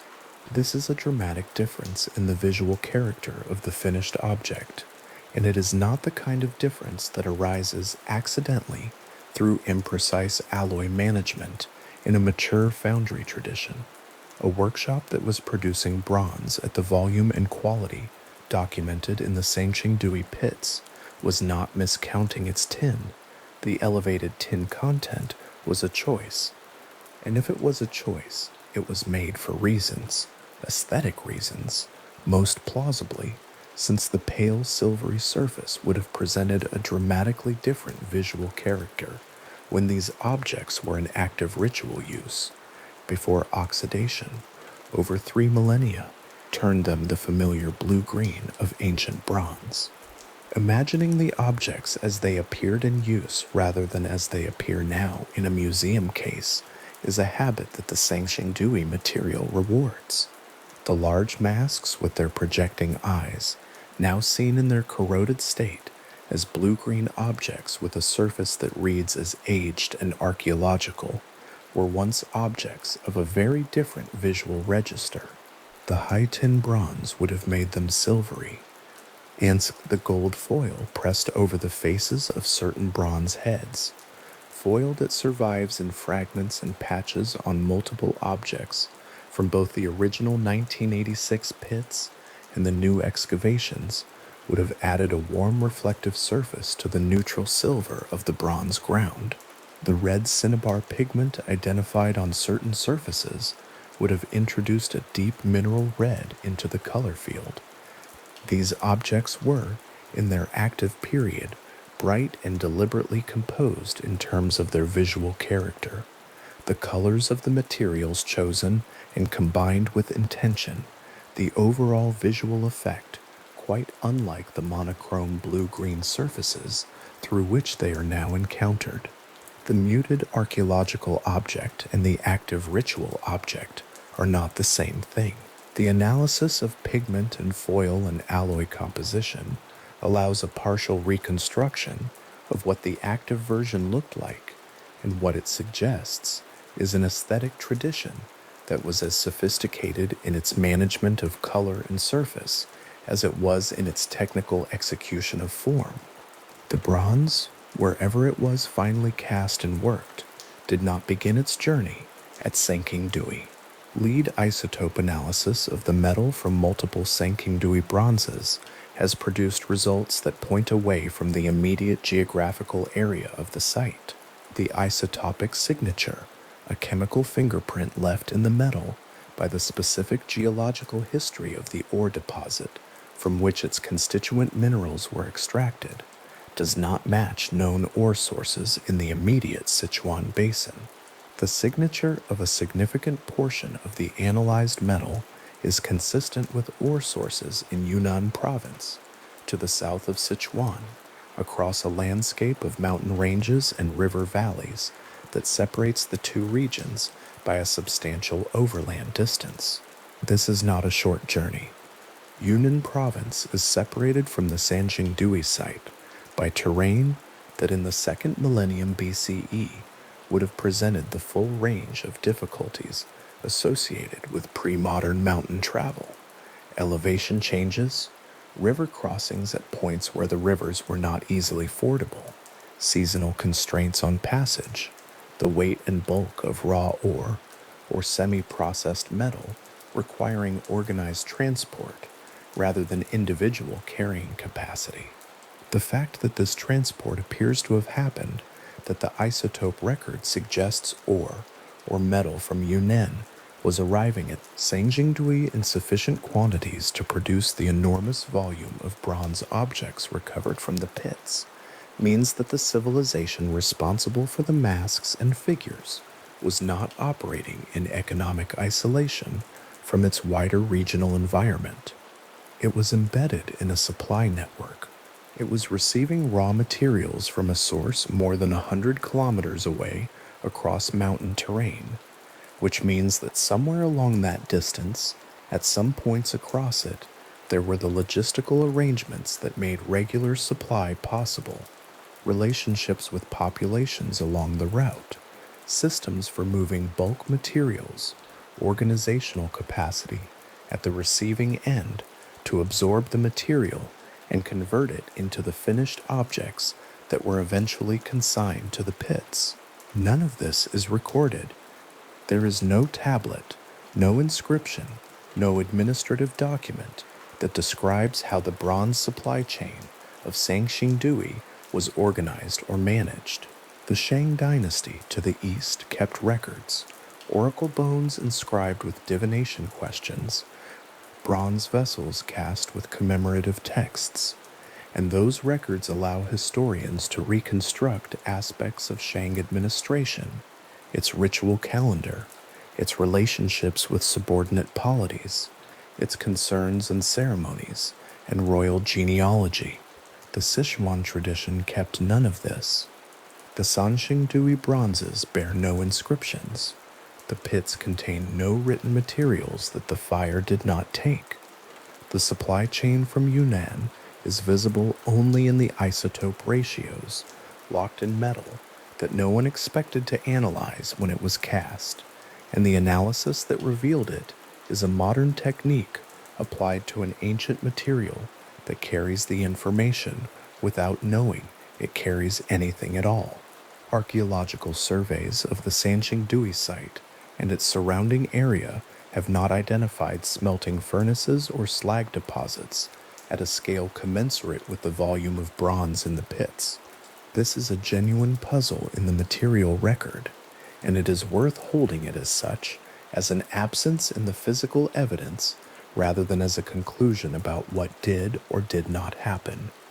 Smelting operations at the scale required to produce the Sanxingdui bronze assemblage would leave traces, slag heaps, the remnants of furnace structures, fuel ash deposits, areas of thermally altered soil that would survive in the archaeological record long after the functional structures themselves had decayed or been dismantled. These traces have not been found at Sanxingdui at the expected scale. This could mean that smelting happened elsewhere, and the metal arrived at the site in an already processed form. It could mean that the survey coverage is incomplete, and the relevant deposits remain to be found. It could mean that the logistics of the operation were organized in a way that left the primary smelting activity outside the core ceremonial zone of the site, in areas that have not been intensively investigated. All of these remain open as possibilities. The absence of evidence for smelting at Sanxingdui is a real feature of the current archaeological picture, and it adds a further layer of organizational complexity to an operation that was already operating at a scale well beyond what a purely local and self-contained production center would straightforwardly imply. What was being produced here, across however many decades or generations the primary phase of the tradition lasted, was not a series of individual objects. It was a coherent program of material production sustained over time at institutional scale. The standing figure is the tallest such object. The large mask is among the largest bronze castings of its period anywhere in the world. The sacred tree, nearly 4 meters tall when assembled, required the coordination of multiple casting sessions and the careful planning of an assembly system that would allow its separate sections to be joined into a stable whole. These are not the outputs of an occasional or experimental practice. They are the outputs of a workshop tradition with accumulated knowledge, a reliable supply chain, institutional support, and the organizational capacity to execute complex multi-stage projects across a sustained period of time. The tradition that produced them is, in archaeological terms, fully visible in its products and almost entirely invisible in its processes. The objects tell the material fact of what was achieved, the record that would tell how, the organizational structure, the training systems, the foundry locations, the supply routes explicitly described, does not exist. This is not unusual in the archaeology of Bronze Age civilizations. Most ancient industries left objects before they left accounts. The Egyptian quarrying operations that produce the stones of the Great Pyramids are reconstructed from tool marks, waste flakes, workers' graffiti, and a small number of administrative papyri, not from a foundry manual or a supply chain ledger. The metallurgical traditions of Bronze Age Anatolia and the Aegean are similarly reconstructed from slag deposits, mold fragments, and finished objects, with the organizational intelligence that connected these physical traces visible only in outline. Sanxingdui is not exceptional in having no written record of its production processes. What makes it more than usually striking is the combination of that absence with the scale and distinctiveness of what was produced, a tradition that achieved results at world historical scale, that did so using methods whose exact character remains partially unresolved, and that left the objects themselves as essentially the only testimony available. The standing figure's open hands are, in this sense, an apt image for the whole. Here is what was held. Here is the precise position in which it was held.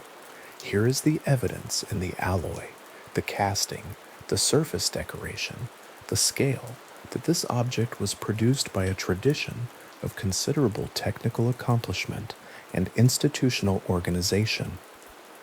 And here, in the space between the fingers, where the specific knowledge of how this was organized and transmitted and sustained over time would need to reside, an absence, not a gap produced by destruction or concealment or willful erasure, but the simple, ordinary consequence of a civilization that expressed itself in bronze and gold and ivory and jade, rather than in the inscribed clay and bone that preserve language and administration. The record went into the earth with the objects. The objects came back up. The record did not come with them. Metallurgical science continues to work on the questions the objects leave open. Lead isotope analysis, the study of trace element ratios, the examination of mold seam marks and casting flaws as evidence for foundry technique. These are tools that were not available to the first archaeologists who opened the 1986 pits, and they have produced results that the original excavators could not have anticipated. The possible presence of lost wax technique is a finding that emerged from close examination of surface detail and internal structure that requires modern imaging and analysis equipment to perform. The identification of Yunnan ore sources required isotope laboratories and comparative databases assembled over decades of geological and archaeological work.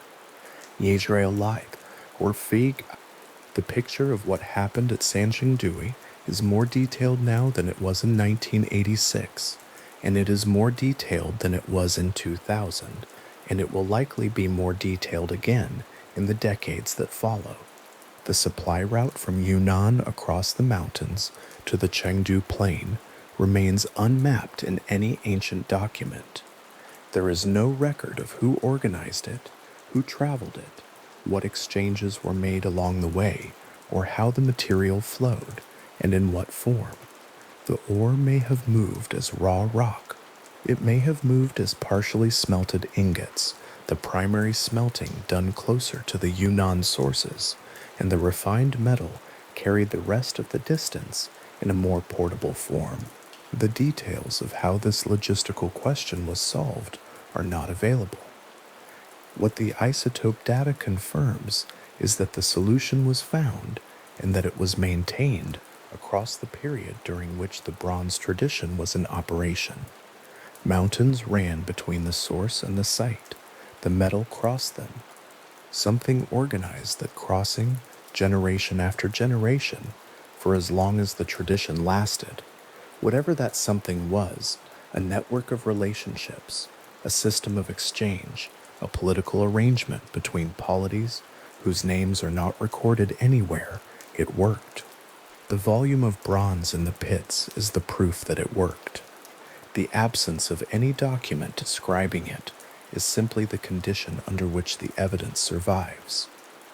A metallurgist's spectrographic readout is a dry thing. It consists of peaks and troughs on a printed graph, the horizontal axis marking atomic mass, and the vertical axis marking signal intensity, the whole printed on paper and filed in a university archive somewhere in Chengdu, or perhaps Beijing, cross-referenced with the object catalog number and the pit designation from which the sample was taken. It does not look like much. It does not carry on its face any sense of what the peak at the 10 position means for understanding the visual character of objects that ceased to look anything like themselves 3,000 years ago, or what the isotope ratios and the copper fraction mean for understanding the organizational reach of a civilization that left no map of its own logistics. But the information is there, encoded in the ratios, waiting in a form that the original makers of the objects could not have known they were leaving behind. They made the alloy choice for reasons of appearance.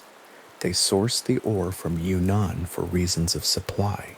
They pressed gold foil over the faces of the figures for reasons of ritual. None of these decisions was made with the analytical spectrograph in mind. The decisions were made for the object's own purposes, in the object's own time, within a tradition that made sense to the people who maintained it, and that expressed something they considered important enough to sustain across the generations required to produce what the pits contain. What the spectrograph reads back is not what the foundry workers intended to say. It is what the material retained in spite of everything, in spite of the fire, the burial, the 3 millennia of oxidation and soil chemistry working on the metal surface, the excavation, the cleaning, the conservation, the museum display. The data survived all of that. It sits in the archive. It points south across the mountains toward ore sources in Yunnan that no ancient administrator recorded as the origin of the metal that became the faces and the figures and the tree. The standing figure is in the museum. The open hands are still extended.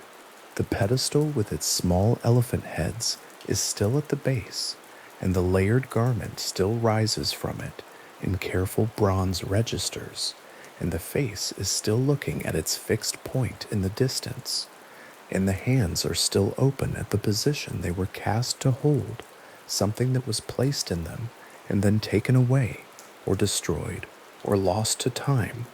The figure holds none of this analysis.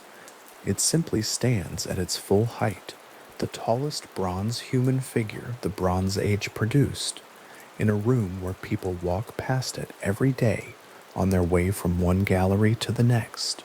The lead isotope data in the archive, the spectrographic peaks, the mold seam analysis, the questions about lost wax technique that remain partially unresolved, these sit alongside the figure in the documentary record without being visible in the metal itself. The metal is the result. The record of how the result was achieved lies partly in the metal's own composition. Read back through instruments the makers never imagined, and partly in an absence where the production records, the workshop accounts, the supply agreements, and the organizational documents would be if they had ever been made, and if they had survived. Somewhere in the mountains between the Chengdu Plain and Yunnan Province, or moved northward along paths that no map from the second millennium BCE records.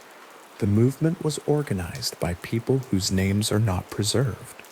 The metal arrived, was alloyed and cast and decorated and gilded and painted, was used in ritual, was burned, was broken, was buried, and was found again after 3,000 years by workers digging in a brick factory. The foundry that produced the standing figure has not been found. The smelting sites have not been identified at commensurate scale. The supply route is an inference drawn from the isotopes locked in the metal, rather than a description drawn from any surviving account. And the figure stands. The hands are open. The face looks ahead at the same angle it has held since the day it was cast. The pedestal carries its small elephant heads around all four corners.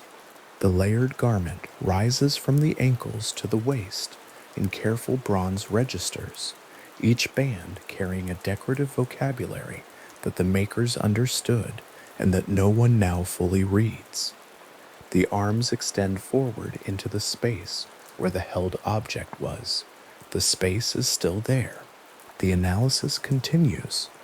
The mountains still run between Yunnan and the Chengdu Plain, along the route the ore took in the second millennium BCE, without leaving any account of itself, following paths that no document from that time names, arriving here, at this alloy, at this figure, at these open hands in this still room. When the excavators first reached the upper layer of Pit 2 in the summer of 1986, what they found was ivory, not scattered fragments, not single pieces, but tusks arranged across the floor of the pit in dense horizontal rows, each one pale and curved against the dark Sichuan soil, their surfaces still holding the faint impressions of whatever had been stacked beneath them for 3,000 years. The tusks lay as they had been placed, not thrown, not tumbled, not deposited by accident or flood, or the slow settling of disturbed ground, but arranged with the deliberate care of people who knew exactly what they were doing and intended it to last. Below the ivory, just visible in the wall of the excavation trench, the bronze objects began, fire blackened, heat distorted, layered in their own careful order beneath the weight of the tusks that had rested on them since approximately 1000 BCE. The burning had happened before the burial. The arrangement had happened after the burning. The ivory had been placed last, on top of everything, as though the tusks were both offering and seal. Approximately 67 elephant tusks were recovered from Pit 2, alone in that first excavation season. The number is large enough to register as a quantity, rather than an accident, large enough to indicate that whoever was conducting these rituals had consistent access to ivory at a scale that implies trade networks or tribute relationships extending well beyond the immediate geography of the Chengdu Plain. Each tusk would have required transport, preparation, and careful placement inside the pit. The logistics of gathering that much ivory, the coordination required, the accumulated exchange relationships or authority structures that made it possible, point toward a civilization organized enough to move large quantities of rare material across significant distances and committed entirely to the ground. Pit 2 was not a storage site. Nothing about the arrangement suggests retrieval was intended. The tusks went into the earth along with everything else, and the earth closed over them, and the fields came back. What the new excavations confirmed, beginning with the work announced between 2022, is that ivory deposition was not unique to the two pits opened in 1986. Pits 3 through 8, uncovered across several seasons of careful excavation beneath climate-controlled enclosures erected above the site, produced hundreds of additional tusks. The number keeps rising as each new layer is opened and documented. The scale of the ivory alone, across 8 pits rather than 2, across what appears to have been multiple ritual events rather than a single one, confirms that this was a recurring central practice, not an exceptional gesture made once and never repeated. Something about ivory mattered deeply to the people of Sanxingdui in a way that expressed itself again and again across however many years or generations separated the individual pit deposits. The tusks were not incidental. They were part of the grammar of whatever language these rituals spoke. Mixed into the deposit layers alongside the bronzes and the ivory, the excavations recovered fragments of burned bone. Some of the bone was animal, deer and pig identifiable among the material, and some fragments were consistent with human origin, though the precise nature and role of any human remains present in the pits has not been determined with certainty. The burning had been thorough. The organic material that survived did so in a fragmentary state, mixed into the same fire-blackened stratigraphy as the bronze and jade. Whether the organic materials were placed in the pits and burned there, or burned elsewhere and then deposited along with the bronzes, is a question the stratigraphy has not fully resolved. What is clear is that the ritual events involved fire, and that fire consumed not only the bronze objects and the ivory, but also organic materials, whose origin the record only partially illuminates. The pits held all of it together, the imperishable metal and the perishable bone, in the same closed deposit, sealed under the same compacted soil. The stratigraphy of the Sanxingdui pits carries its own quiet argument about how the deposits were formed. The careful layering, the consistent orientation of objects, the evidence in multiple pits for a single concentrated event of filling rather than gradual accumulation over time. These characteristics have led many archaeologists to understand each pit as the product of a specific occasion, a particular day or sequence of days on which the burning took place, and the objects were committed to the ground in a deliberate order. The pits are not cemeteries, accumulating slowly over generations. They are not refuse deposits where unwanted objects were discarded. The arrangement visible in the stratigraphy, the care with which objects appear to have been placed even after being subjected to fire, argues for something closer to a structured act of completion, a moment in which things that had been used in one way were transformed into things that would exist in another way, underground, in the dark, without witnesses. The fields came back above them. The town of Guanghan eventually grew nearby. 3,000 years passed in the ordinary fashion that 3,000 years passes, and nothing about the surface of the ground suggested what was underneath it. The excavation enclosures, erected over pits 3 through 8 for the new work beginning around 2020, are themselves worth sitting with for a moment. The archaeologists working the new pits did not simply open the ground and begin removing objects in the way that emergency excavations sometimes proceed. They erected transparent walled climate-controlled structures above the excavation areas, working in protective gear inside environments specifically designed to preserve the fragile state of whatever organic materials might be present, and to slow the process enough that fine-grained stratigraphic data could be recovered, rather than simply the objects themselves. The misted walls of those enclosures, visible in photographs of the site taken from outside, give the work a particular quality: careful, patient, committed to not losing anything in the act of finding it. Inside, the archaeologists moved slowly across soil that had not been touched since approximately 1000 BCE. The morning light on the Sichuan plain continued outside the enclosures, unchanged. The fields remained green. The work continued at its own pace, which was the pace the material required. Among the objects recovered from the new pit excavations, one in particular arrived with a quality of completeness that distinguishes it from the fire-damaged, fragmented, and recombined state of much of the Sanxingdui material. Pit 8 produced a bronze box in near-complete condition, sealed with a lid fashioned from gold sheet. The lid was fitted to the box with the same careful attention visible elsewhere in the Sanxingdui tradition of applying gold foil to bronze surfaces. The edges folded, the surface smooth, the join between lid and box precise and deliberate. The gold had survived.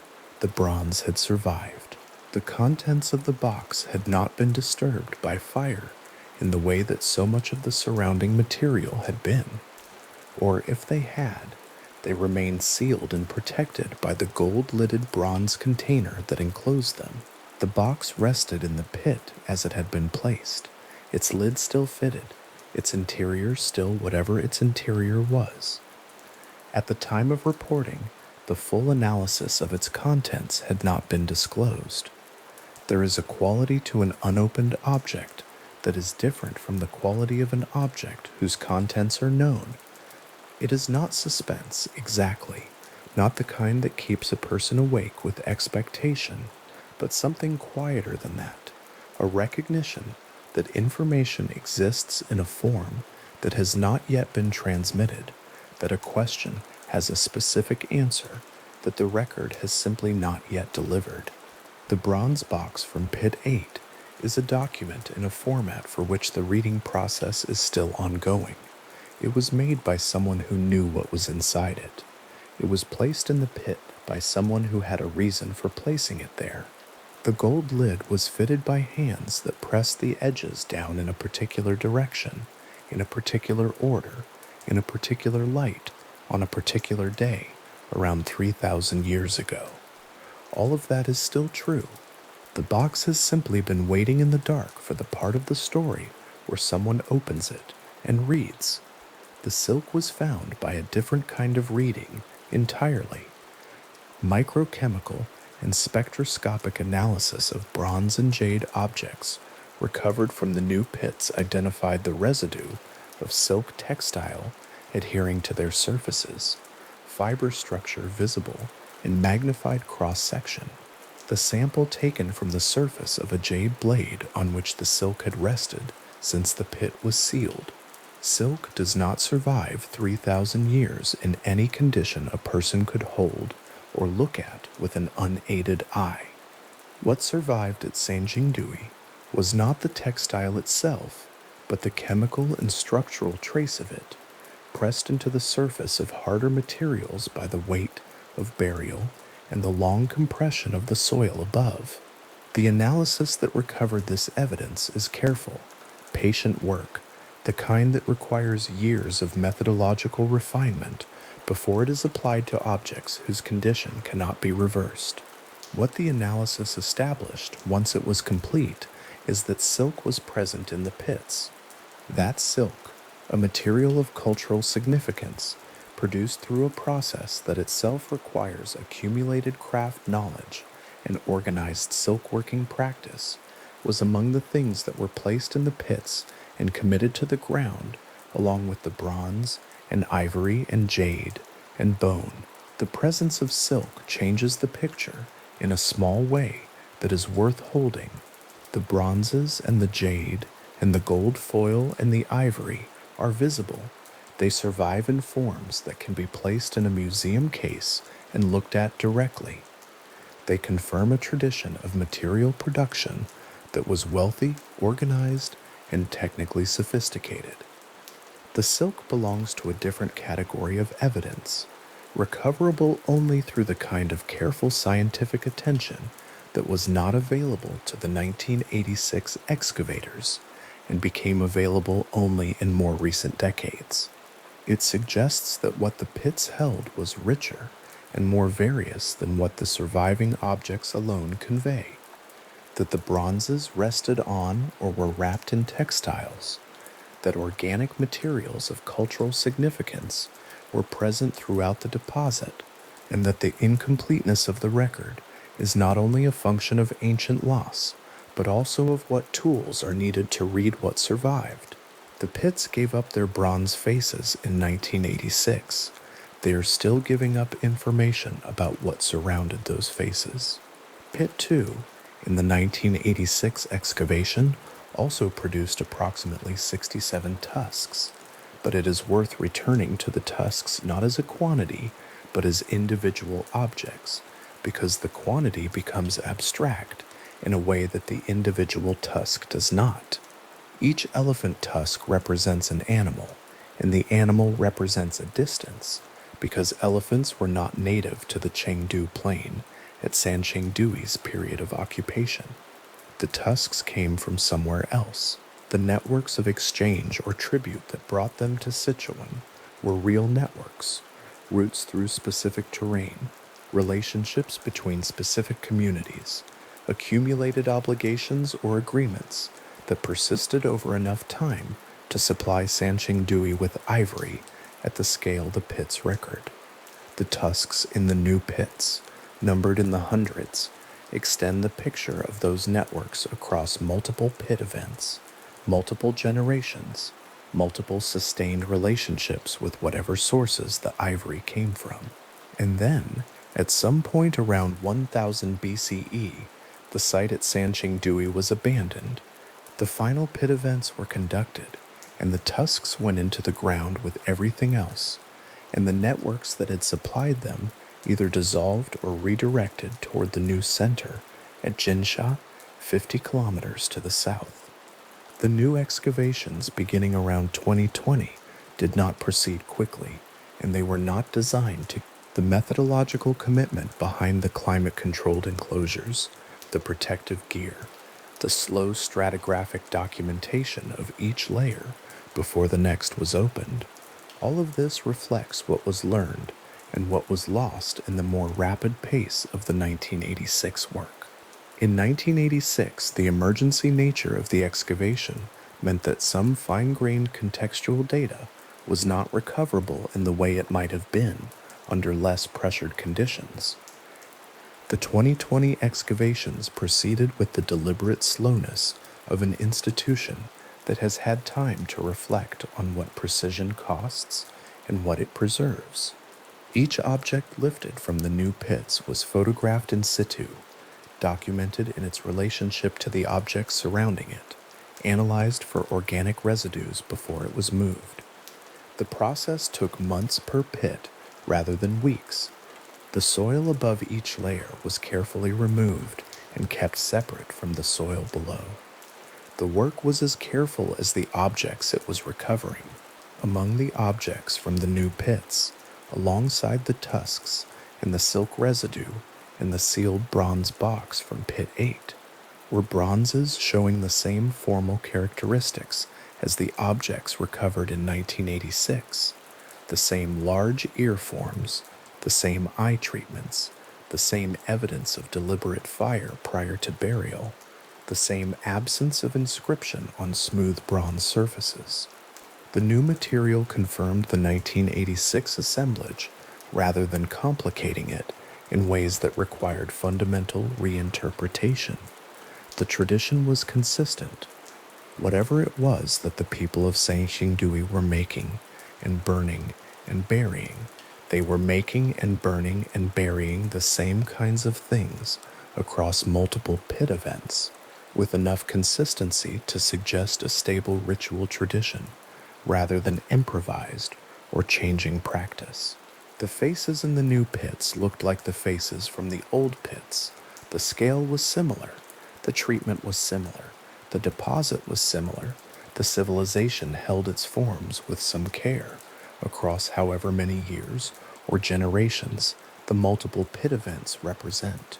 Outside the enclosures, during the years of new excavation, the Sichuan plain continued in its ordinary way.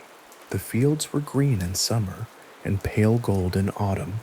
The town of Guanghan existed nearby in the modest fashion of provincial towns that have a famous site nearby, but do not become that site. The Mamu River curved past the excavation area as it always had. Visitors came to the Sanxingdui Museum and stood before the large bronze mask with its cylindrical eyes and its silent surface and its absence of inscription, and many of them stood there for longer than they had expected to, because the face does something to the attention that is difficult to name. It holds it. The eyes project forward into the air of the museum room, casting small shadows on the pale wall behind, and the surface of the face is bare of text or animal form or any of the decorative systems that make the contemporaneous bronzes of the Shang dynasty so legible as objects communicating within a known symbolic tradition. The Sanxingdui face communicates in a language that no one has yet found a way to read. The face holds whatever it knew in the form that was made for it 3,000 years ago, and the form has survived, and the knowledge within it has not yet been transmitted. The Sichuan Provincial Cultural Relics and Archaeology Research Institute continued the work of the new pits across multiple seasons, each season adding material to a record that was already one of the most remarkable archaeological assemblages from the Bronze Age world. The bronze box from Pit 8, sealed under its gold lid, waited in a temperature-controlled room in the museum complex for the analysis to reach the point of disclosure. The silk residue data was filed and studied and eventually published. The tusk counts rose as each new layer was carefully opened and documented. The site gave up its information slowly, at the pace that careful work imposes, which is the right pace for material that has been sealed for 3,000 years, and deserves to be opened with some attention to what it contains.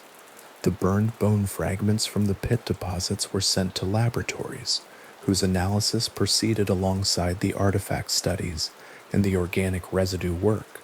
The determination of what is human and what is animal in a fragmentary burned assemblage is slow work that requires specific expertise, and the results were reported with the appropriate caution about what the evidence establishes and what it does not.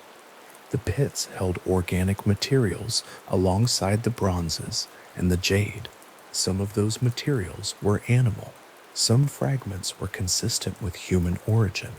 The precise nature and role of any human presence in the deposit remains undetermined, and the record at this point goes quiet in the way that fragmentary physical evidence sometimes does. Not concealed, not unknown, but simply incomplete in the way that 3,000 years of burial and fire make things incomplete. The jade objects from the new pits showed the same formal characteristics as the jade recovered in 1986, jong blades, bidiscs, and other forms consistent with the Sanxingdui tradition, and many of them bore the same fire blackening and heat damage as the bronzes. The jade had been burned along with everything else. The durability of jade is such that it survives fire in a way that organic materials do not, which is why the silk residue clung to the jade surface rather than to the bronze, and why the jade objects were available for the spectroscopic analysis that found it. The burned jade carries its own particular quality, a material chosen precisely for its enduring nature, subjected to the same fire as the impermanent things placed beside it, surviving both the fire and the burial in a condition that still carries traces of what lay against it. The jade blade with silk residue is a document in a format that required a particular analytical technology to read, and the reading of it added one line to the record of what the pits contained. What the record shows, taken together, the pits, the tusks, The bronze faces, the sealed box, the silk residue, the burned bone, the fire-blackened jade, the absence of inscription, the absence of smelting evidence at the scale the bronzes require, the lead isotope data pointing toward Yunnan, the text written 1,000 years after the site's fluorescence that may preserve a memory of protruding-eyed kings, is a civilization that existed in full, that produced objects of extraordinary scale and technical refinement, that organized the movement of materials across mountain terrain, that maintained consistent ritual traditions across multiple pit events, and that left no legible written record of its own name or the names of the things it made. The record of Sanxingdui is rich and specific, and in many respects detailed. The record of Sanxingdui is also, in the most fundamental sense, almost entirely silent about the civilization that made it. The objects survive. The language in which they were meaningful does not.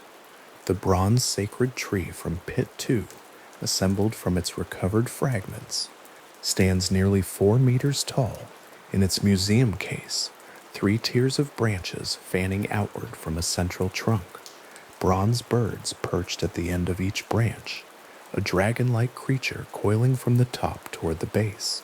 The whole structure, a representation of something cosmological or sacred, whose specific meaning has not been recovered. The tree was made, the tree was burned, the tree was buried, the tree was found. The tree stands in its case, and the birds on its branches occupy the same positions they have occupied since the branches were cast, because bronze birds on bronze branches do not move. The tree is an object about which almost everything technical is known: its alloy, its casting method, its dimensions, its approximate date, its relationship to other objects in the same pit, and about which almost nothing interpretive has been established with any certainty. The tree stands in the museum and holds its meaning in a form that has not yet been translated.